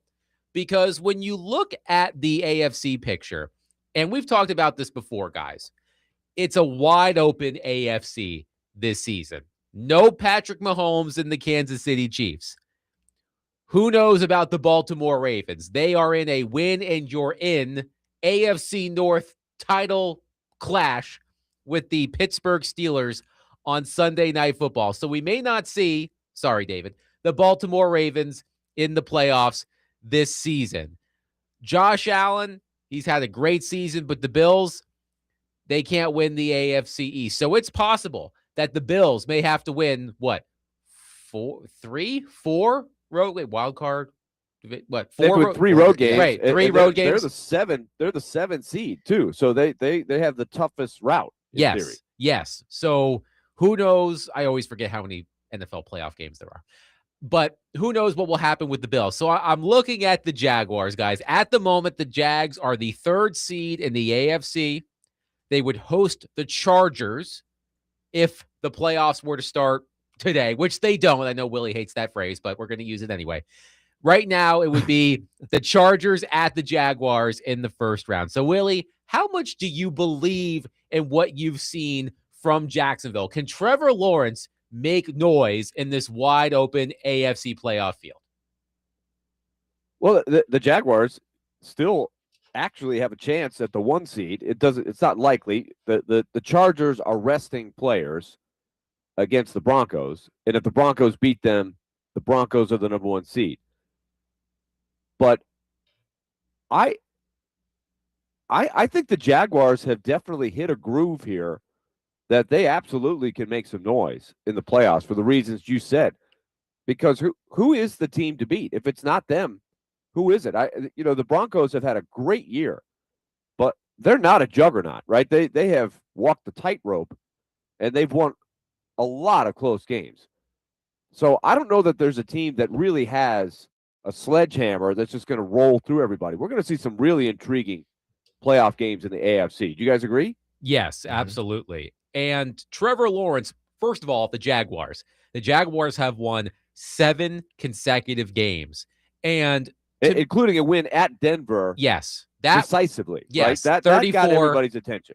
Precisely. That's just what I was about to say. They went to Denver a couple of weeks ago and won 34-20, which is not an easy thing to do in that stadium. And as you said, Willie, I think that's when people were like, the Jags, that's That's interesting.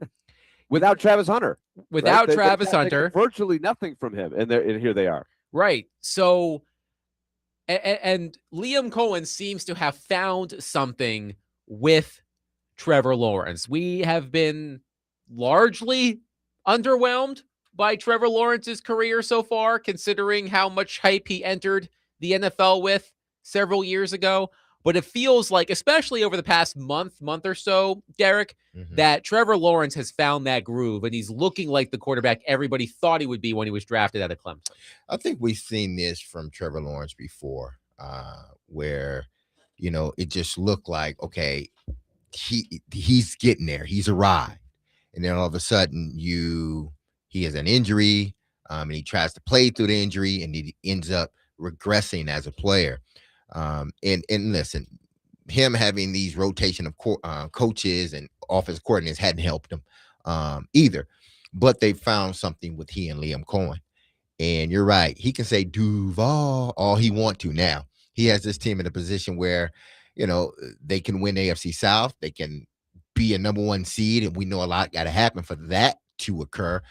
But this is not a place that I thought many people figured Jacksonville would be toward the end of the season. They thought it would be more so Houston and Indianapolis rather than Jacksonville because, since Trevor Lawrence has gotten there, there's always been this Jacksonville's going to do it. And then they always end up disappointing for the most part each and every season.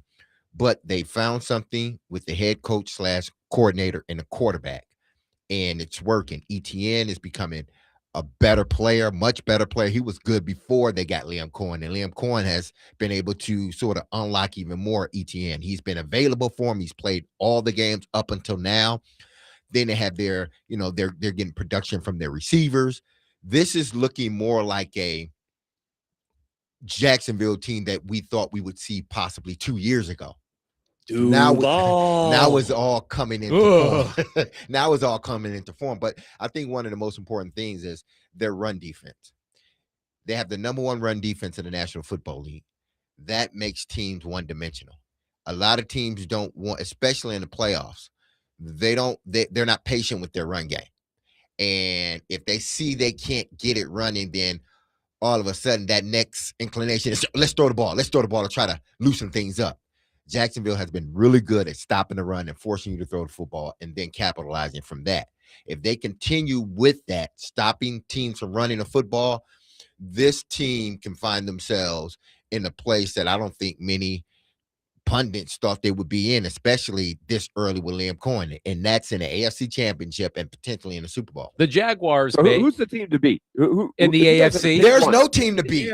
There's no team to beat. Okay, but if you got to pick one, I would say Houston. I would say Houston because of their defense. And it seems like they're coming into form as well. I know New England is playing really good football, and I know Drake May is up, for MVP. I get it, but Houston and that defense, that's the team. That's a good pick. Yeah, that's the team that scares because one thing that travels is defense. So right now, and a run game, good running game in defense. Right now, the projected wild card weekend matchups in the AFC: Buffalo at New England, the Chargers at Jacksonville, the Texans at the winner of Pittsburgh and Baltimore. And part of me thought Baltimore, if Baltimore makes it, just because you've got Derrick Henry and who knows with Lamar Jackson. But Houston's a really interesting pick there, Derek, because I look at the other teams. The Broncos are 13-3.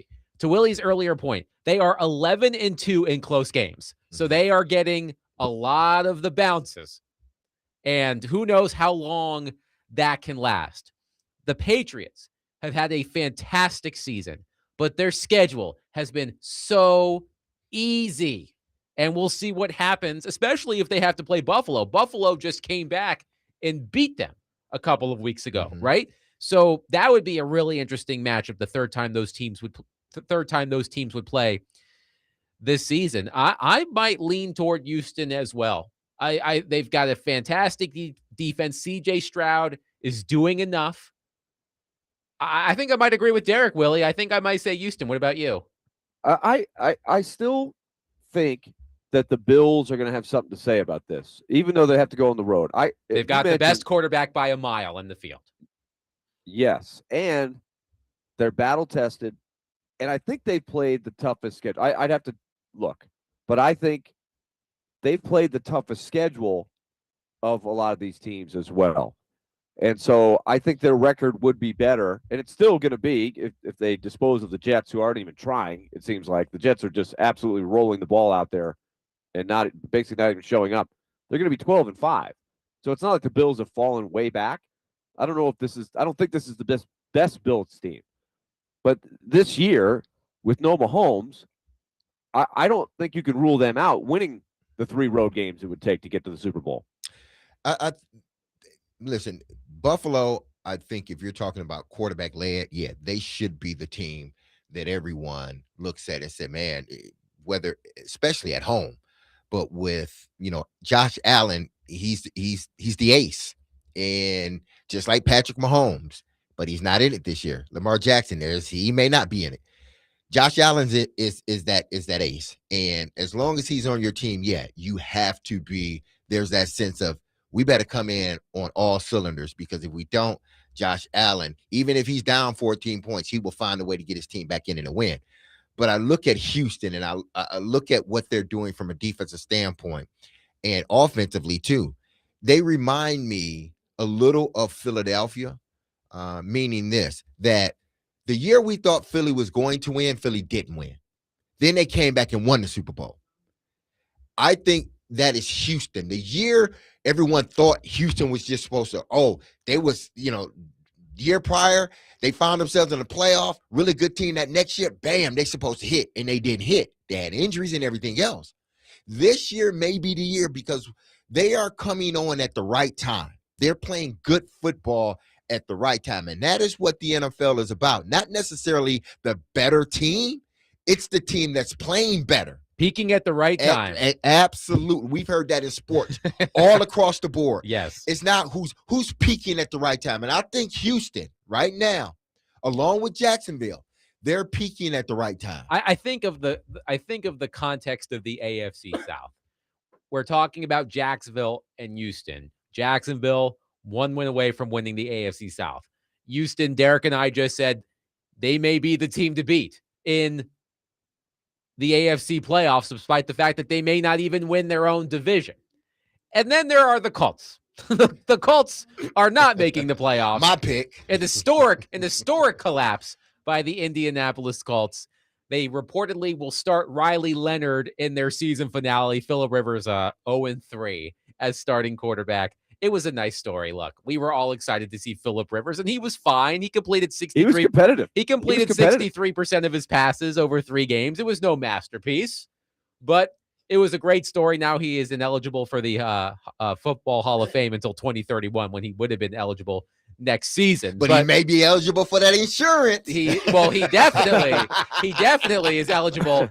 Him and his menagerie of children. But yes. But I'm just thinking about the context of the AFC South, because we're when we're talking about the Titans trying to pull off. Thank you for menagerie. Yes. Okay. Thank you. Yes. Thank you. Worthy. When we're talking about the Titans and, hey, can they pull off a worst to first like the Patriots? I know the Jaguars weren't the worst in their division. Of course, it was the Titans, but the Jaguars went from 4 wins to potentially 13 wins, right? Mm-hmm. So we're talking about, can the Titans do this? Well, the Jags and the Texans seem like they're in pretty good shape. The Colts, on the other hand, they went all in. Remember, they traded 2 first-round picks for Sauce Gardner, and now look at where they are, Willie. It's going to be rough for the Colts, I think. Well, it all is going to depend on the recovery of Daniel Jones. Think about the ups and downs of that guy's career the last 5 or 6 years. He's been written off 2 or 3 times. All of a sudden, he's had a great season here and there. He was having a great season this year, and now another debilitating injury. That's a hard one to figure out, because they had a stranglehold on the division. But the AFC South is no longer the weak division that it looked like just 2 or 3 years ago. Anything but. Yeah, no, you're right about that. And I don't think, from Indianapolis standpoint, I don't think they have. Listen, they're not going to make the playoffs this year, and we understand why. It wasn't that this was a bad team. It's just that they got an injury at a guy that was playing really, really good football and leading his team, and he ends up getting injured. And after that, you just saw the bottom fall out of this team. That makes me think if once they either, whether it's Daniel Jones or another quarterback, someone that can come in and command that huddle and run that offense that Shane Steichen wants to run, the way that Daniel Jones was running it. Now, he may be able to come back and do it, but they're going to have to find sort of a break in case of emergency type of quarterback. And this is where the Titans may come in. Oh, okay. Well, we can pick that up on the other we'll side. Pick it up on the other side. We can do that. And I do want to touch on Cam Ward, some interesting comments in a story on The Athletic from some executives talking about Cam Ward's rookie season thus far. We'll get to that coming up next. 615-737-1025. We'll take your reaction, your thoughts on the AFC playoff picture. The Jaguars have the opportunity to defeat the Titans on Sunday and win the AFC South. Seems simple enough to me. 615-737-1025. Willie Donick, Derek Mason, Adam Vingan, 1025 The Game.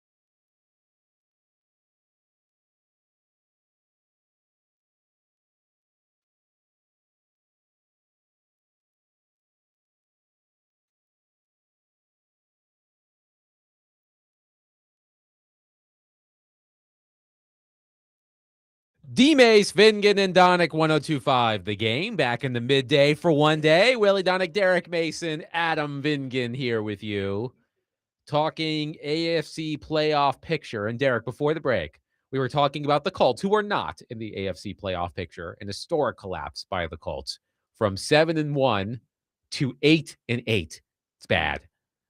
And you've mentioned before about whether the Colts should be interested in Will Levis, depending on what the Titans decide to do with Will Levis. So you want to make that case again?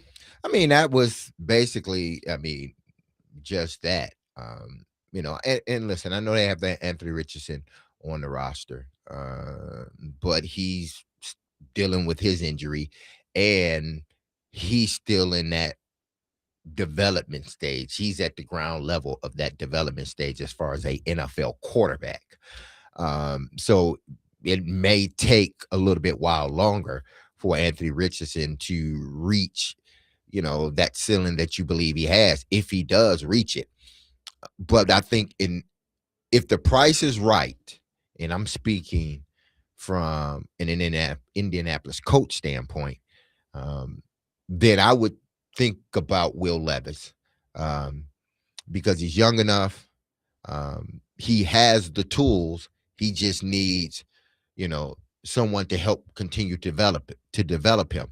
Again, will he be an elite quarterback? Probably not, but Daniel Jones wasn't an elite quarterback. Steichen he needs somebody that can run this offense efficiently.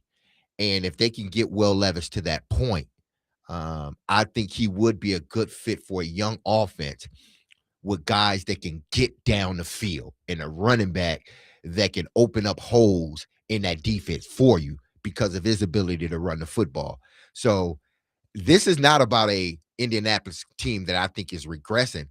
Their only problem is their starting quarterback got hurt, and it just went downhill after that. If they can get a guy that can grow with these young guys that they have already and can run the offense Shane wants to run with efficiency, I would kick the tires on a young guy like Will Levis.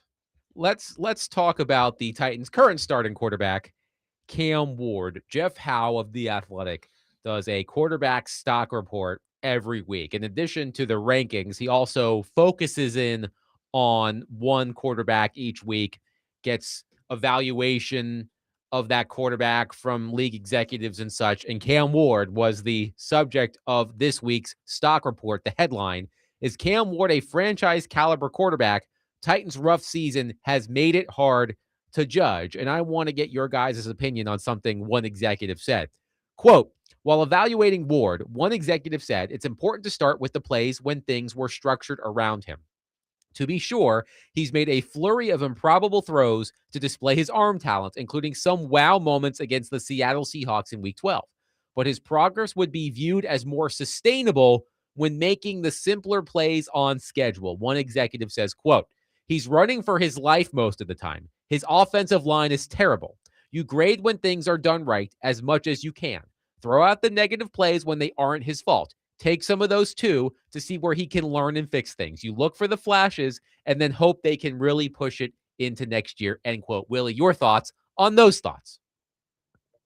I think it falls in line with our evaluation of Cam Ward, so I don't think there was anything earth-shattering there. One thing that gets mentioned in the article that I thought was very significant is the breakdown of Cam Ward having to learn a lot of layers of things that he didn't do in college much, switching the protections, putting people in motion, reading the defense, all of these different things that I thought they did a good job of articulating in this.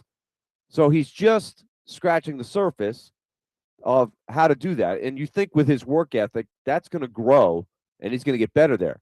But on top of it, he's going to likely have to learn a whole new offense next year. And we have gone over the history of what that does to guys like that.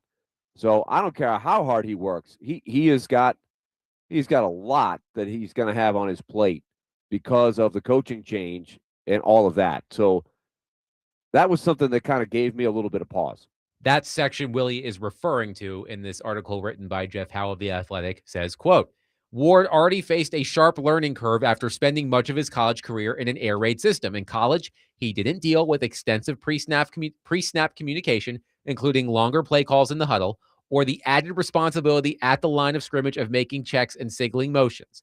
It's similar to graduating from simple addition into calculus, only with the added risk of getting smoked by a 300-pounder if he can't solve the equation within 2.5 seconds. I mean, that pretty much. That sounds hard. Exactly. That pretty much spells it out. Listen, I don't agree with anything that was said about, the assessment. You don't agree or you don't disagree? I don't disagree. Okay. Excuse me. I'm sorry. I don't disagree about what the assessment says of Cam. You see some good, you see some things that he needs to develop, but you see it around a cloud of uncertainness, a bunch of question marks, and a bunch of we have to make sure we get this guy or that guy, and how is this guy going to grow, and how are they developing around him. So even though we've seen some good, we've seen some bad, we've seen some okay play, I think in the midst of all of that, you've seen a situation that isn't conducive for, a quarterback to, reach his highest potential, even in his rookie season. Because again, there's levels to being a quarterback. You're not going to reach maximum potential the first year, but what you can do is set yourself up for the second year. You can reach that marker in what is considered good for a first round or first pick in the NFL draft quarterback. He hadn't been able to do it because of what's around him. Now, again, he needs to get better, and they spelled it out. He needs to get better at some things, but also the things around him needs to get better in order to see if Cam is closer to being the guy or closer to, whoops, we made a mistake here by drafting him first overall. One texter says, ironically, any quarterback needy team should go after Malik Willis instead of Will Levis. And Willie, I want your opinion on this because we talked about this after you left the program yesterday. Malik Willis, over the past couple of weeks, has been outstanding for the Packers. Out there looking like prime age Michael Vick, throwing the ball, running the ball. It's been a great transformation for Malik Willis. I'm curious for your thoughts on Malik Willis's play recently and what you think his market could be. He is a free agent this summer, this offseason. I'm wondering what you think his market could be. Boy, wouldn't that be crazy if he goes out and becomes a guy that is picked to be a starter, right? It's not out of the realm. I just did not see anything from Malik Willis as a Titan that led me to believe he could get to this point. So I said the same thing yesterday. All the credit goes to him with what he's done. It just shows you that there are success stories. They're few and far between a lot of times, but there are guys that can change their image and make a jump. Malik Willis looks like one of those, which is why I would hold on to Will Levis, because if my bar is only a cheap backup, I would much rather keep him unless somebody offered something that I couldn't refuse. But Malik Willis was famously traded for a 7th-round pick. I would not do the same thing with Will Levis. I would need something way higher than that to consider. Otherwise, let's see if you can turn Will Levis into the next Malik Willis. How ironic does it sound to say that? Oh, my goodness. But how do you turn him into, I mean, you're expecting your guy to be underneath center 17 games, meaning Cam Ward. Whoever that guy is that's tasked to continue to develop Will Levis, there has to be an investment there. There has to be a true investment. There has to be a true buy-in from both sides, saying that you're part of this roster.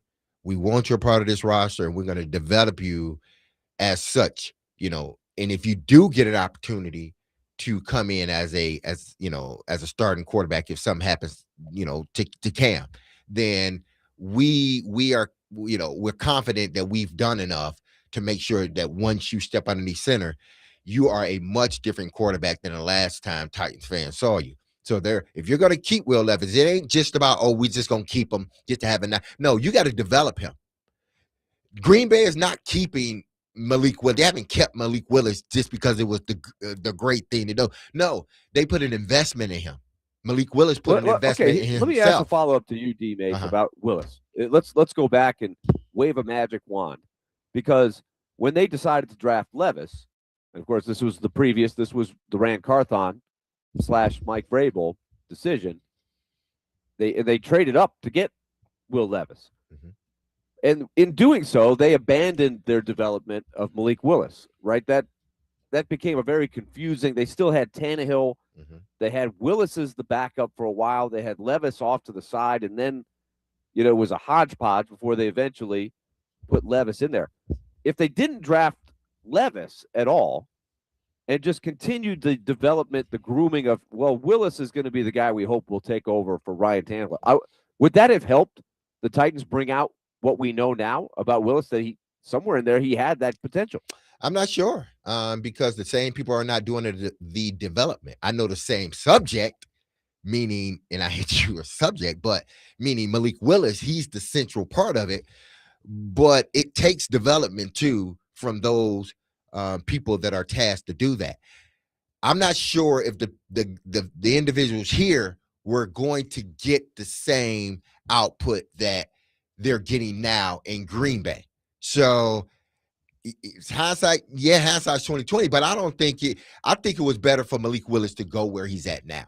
I don't think him staying here, he would have ultimately ended up being what he is now, because there was no evidence. There was no development evidence. There was nothing.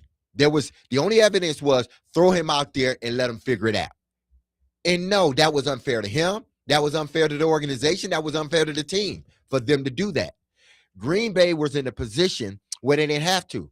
And they wanted to develop this young man. They wanted to put in the time. Y'all didn't want to put in the time. It's evident. You traded him away.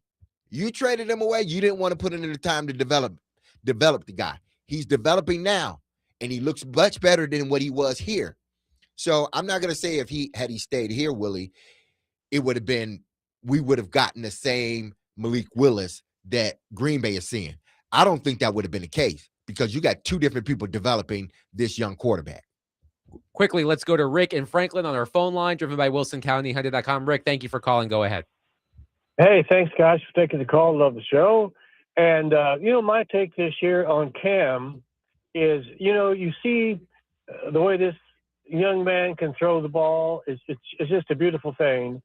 But what I like about Cam is I think he has the it factor. And that's what you're looking for, or I should say that's what I'm looking for. And it's that you can't even hardly put a word on it, but it's leadership, but it even goes beyond leadership. And I think this young man's got it. And some of the things that he needs to work on, like all quarterbacks have to work on when they're coming into the league, I believe he'll get to that. But I think he's got that little special thing. And I'll hang up, and I hope you guys have a great new year. Thank you for the call, Rick. See, that's the thing that I don't like. I wonder if people, are thinking about not necessarily the it. It was the other thing that the caller said. Those other things that we see. Do the fan base believe that those things he can develop in and get better? Or is the fan base, for those that are saying, no, he's a bust, they shouldn't draft, are they looking at those same things and saying, no, he can't develop in that? I wonder which one are the fan base looking from? Which glass are they looking at? Are they looking at the glass that, yes, those things are just like any other quarterback, even if you've been drafted first overall, those things you need to develop to become a very good quarterback? Or is it they see him and they're like, nope, he can't do it. He just can't do it. 615-737-1025. We'll take your reaction, and we will wrap up our return to the midday. Coming up next, Willie Donick, Derek Mason, Adam Vingan, 102 Live, the game.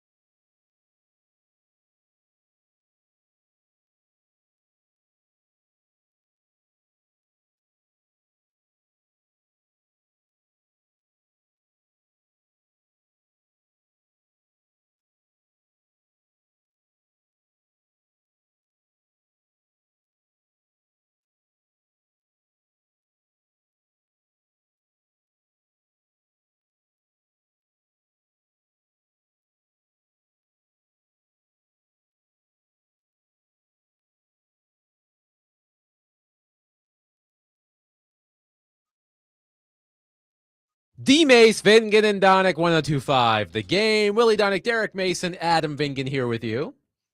A quick return trip to the midday for us, filling in for Chase and Big Joe, who will have pre and post game coverage of the Music City Bowl for you, starting at the top of the hour. Tennessee versus Illinois at Nissan Stadium coming up later this afternoon. So Chase and Big Joe will take over in 15 minutes, bringing you pre-game coverage of the Music City Bowl. A programming note for all of you.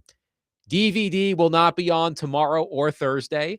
Tomorrow, we will be preempted by the Predators afternoon tilt in Las Vegas, a 2 p.m. Central puck drop at T-Mobile Arena. So we will not be on with you tomorrow, nor will we be on with you on Thursday. It is New Year's Day, after all. So we will be back. I got a question for you, Adam. Yes, Willie. With Vegas being tomorrow and then Seattle on Thursday, the Predators play that night in Seattle. How would you do your two goalies? Whew. That's a good question. Well, you tell me. When was the last time Justus Annunen started the first half of a back-to-back?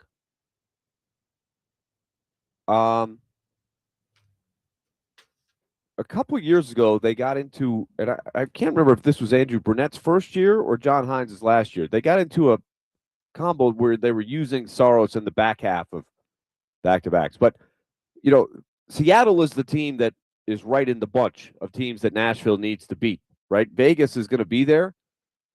Vegas is awfully tough. I think there's some pretty serious reasons to consider Annunen tomorrow and Saros at Seattle, but It's interesting. I'm not sure if they'll do it. Interesting question. We'll see what happens tomorrow afternoon. The Predators have won 11 of 16 following their win last night in Utah. Steven Stamkos, 2 more goals, 13 goals in his past 16 games. We'll see if he can keep that going tomorrow afternoon. But let's get to some of your reaction to our previous conversation about Malik Willis, Cam Ward, so on and so forth. 615-737-1025. One texter says, I don't think Cam is the type of person who's going to get worse because he's going to work his ass off to get better. He doesn't care about money or fame. He wants to be great, and you can't coach that. Tim says, none of this matters until there is stability within the organization. Levis had 5 different OCs in 5 years, including college. Mariota dealt with the same. No consistency means inconsistent output, and the Titans are in football purgatory with these off-cycle and out-of-sync changes. Justin in Greenbrier says, personally, it is difficult to imagine this organization developing Cam Ward. Their track record with Malik Willis, Will Levis, and others hasn't given much hope for them to invest the time and patience that it takes. Well, it seems like the reoccurring theme, as it has been, even before the season started, is they don't trust the franchise. It's not the player. They just don't trust the franchise, that the franchise is going to do the things necessary to develop not just the quarterback, but other players. And I understand why they think that because of the last, couple of years. But, I think that what Borgonzi has done and what Rand Carthon did that last year should get Titans fans to start thinking a different way. And I say that because look at the last draft class that Rand had and then the first draft class that Borgonzi had. They're developing, they're contributing to this team. Again, do you have top tier players in those last 2 drafts? Probably not. I'm trying to think. No, you don't. But you have some good players in those last 2 drafts. I think Devondre Sweat has the potential to be one of the best or one of the better defensive tackles in the National Football League. I think Cedric Gray has the potential to be a A1 linebacker in this league with his speed and his ability to get to plays and recognize plays. And I believe he's only going to get better as he continues to play. So you have J.C. Latham is another guy that I think is getting better. He moved from one side to the other, still getting better. These are these young guys that were drafted the last 2 years that seems to be a bigger part in this Titans team moving forward. So I think fans need to at least, let's do this. let's not blame Borgonzi for the sins of the past regime. Let's not do that, because Borgonzi has he has stepped out, and it seems like the guys that he's drafted are players. Now, what like level will they become, like starters or backups, is yet to be seen. Is yet to be known. But it seems like these guys are guys that are going to be contributors to a Titans team that I believe is going to start winning eventually within the next year or two.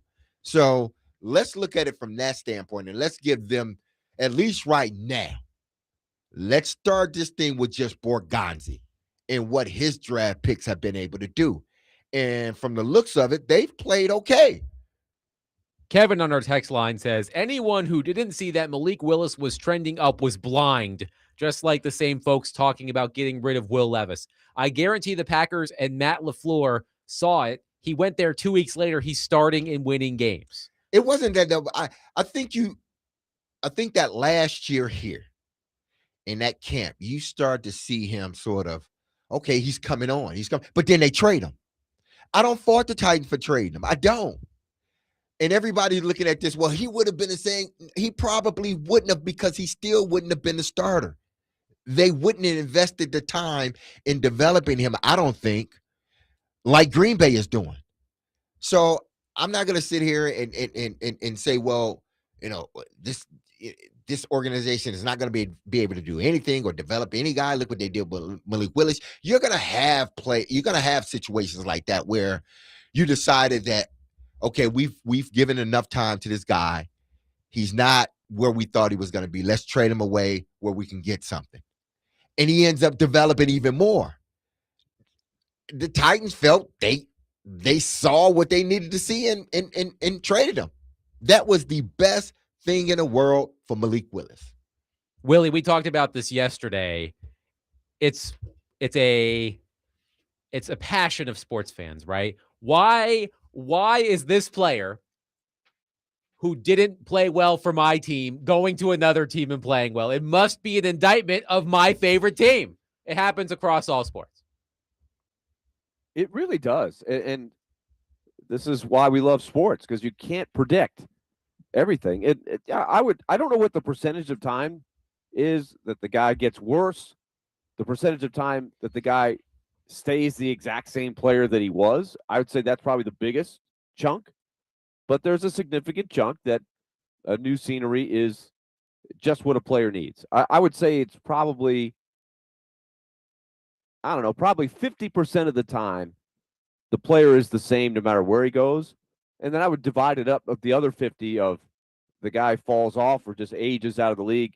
And then there's the Malik Willis, right? The guy, the one that really stings the former team's fans, because like you said, they always want to blame everybody. Sometimes it's just the player has the light go on. I do want to provide a very important update quickly before the end of our program. Remember last week we talked about, or a week and a half ago, we talked about young Nolan McGill, the elementary school student from Chattanooga who refused to sing Rocky Top, big Georgia fan. He's going to the Sugar Bowl. Fanatics gave him tickets to the Sugar Bowl. So see, kids, you can be viral on TikTok and it will work out okay for you. Stick it to your principles, work out. That's the lesson of that. The kid got Sugar Bowl tickets out of it. He wasn't going to the Sugar Bowl before that. He stuck to his principles. That's what I said. That's what I said. You have to stand on your principles. You do not waver on your principles for anybody, not even your elementary school class at your Christmas pageant. So kudos to that young man. Congratulations to Nolan McGill. He's getting tickets to the Sugar Bowl. But the Sugar Bowl isn't happening in Nashville. Of course, that's the Music City Bowl.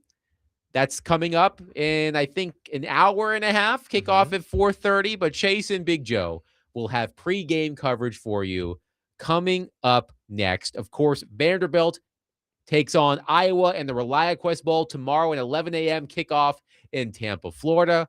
So we'll be watching that game as well. If you missed our conversation with Clark Lea at the beginning of the show, I suggest you go back and listen to it.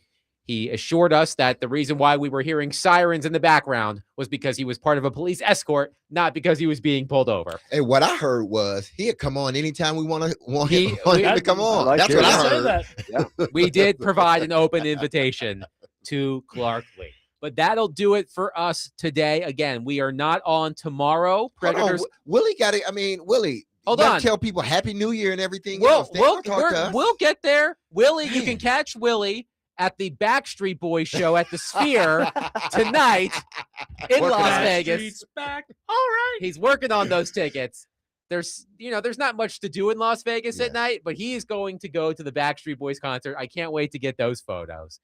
But we will be back on Friday. Predators game tomorrow afternoon at 2 p.m. New Year's Day on Thursday. So we'll be back at our normal time of 3 p.m. on Friday. On behalf of Willie and Derek and David, we want to wish all of you a very happy new year. Our first full calendar year, 2025. I mean, we started in 2024, but we made it through the end of 2025 here with you on the station. We thank you so much for listening, for interacting. We love you. Well, most of you, some of you I don't really care for, but it is what it is. Happy New Year. We'll talk to you Friday, 3 p.m. Be love on your people. Have a safe and blessed and wonderful New Year's. I love you. The team loves you. You hear that music. Don't you forget about us, because we will not forget about you. Even though we won't see you until next year, we still will not forget about you. Catch us here on Friday at 3 p.m. Peace.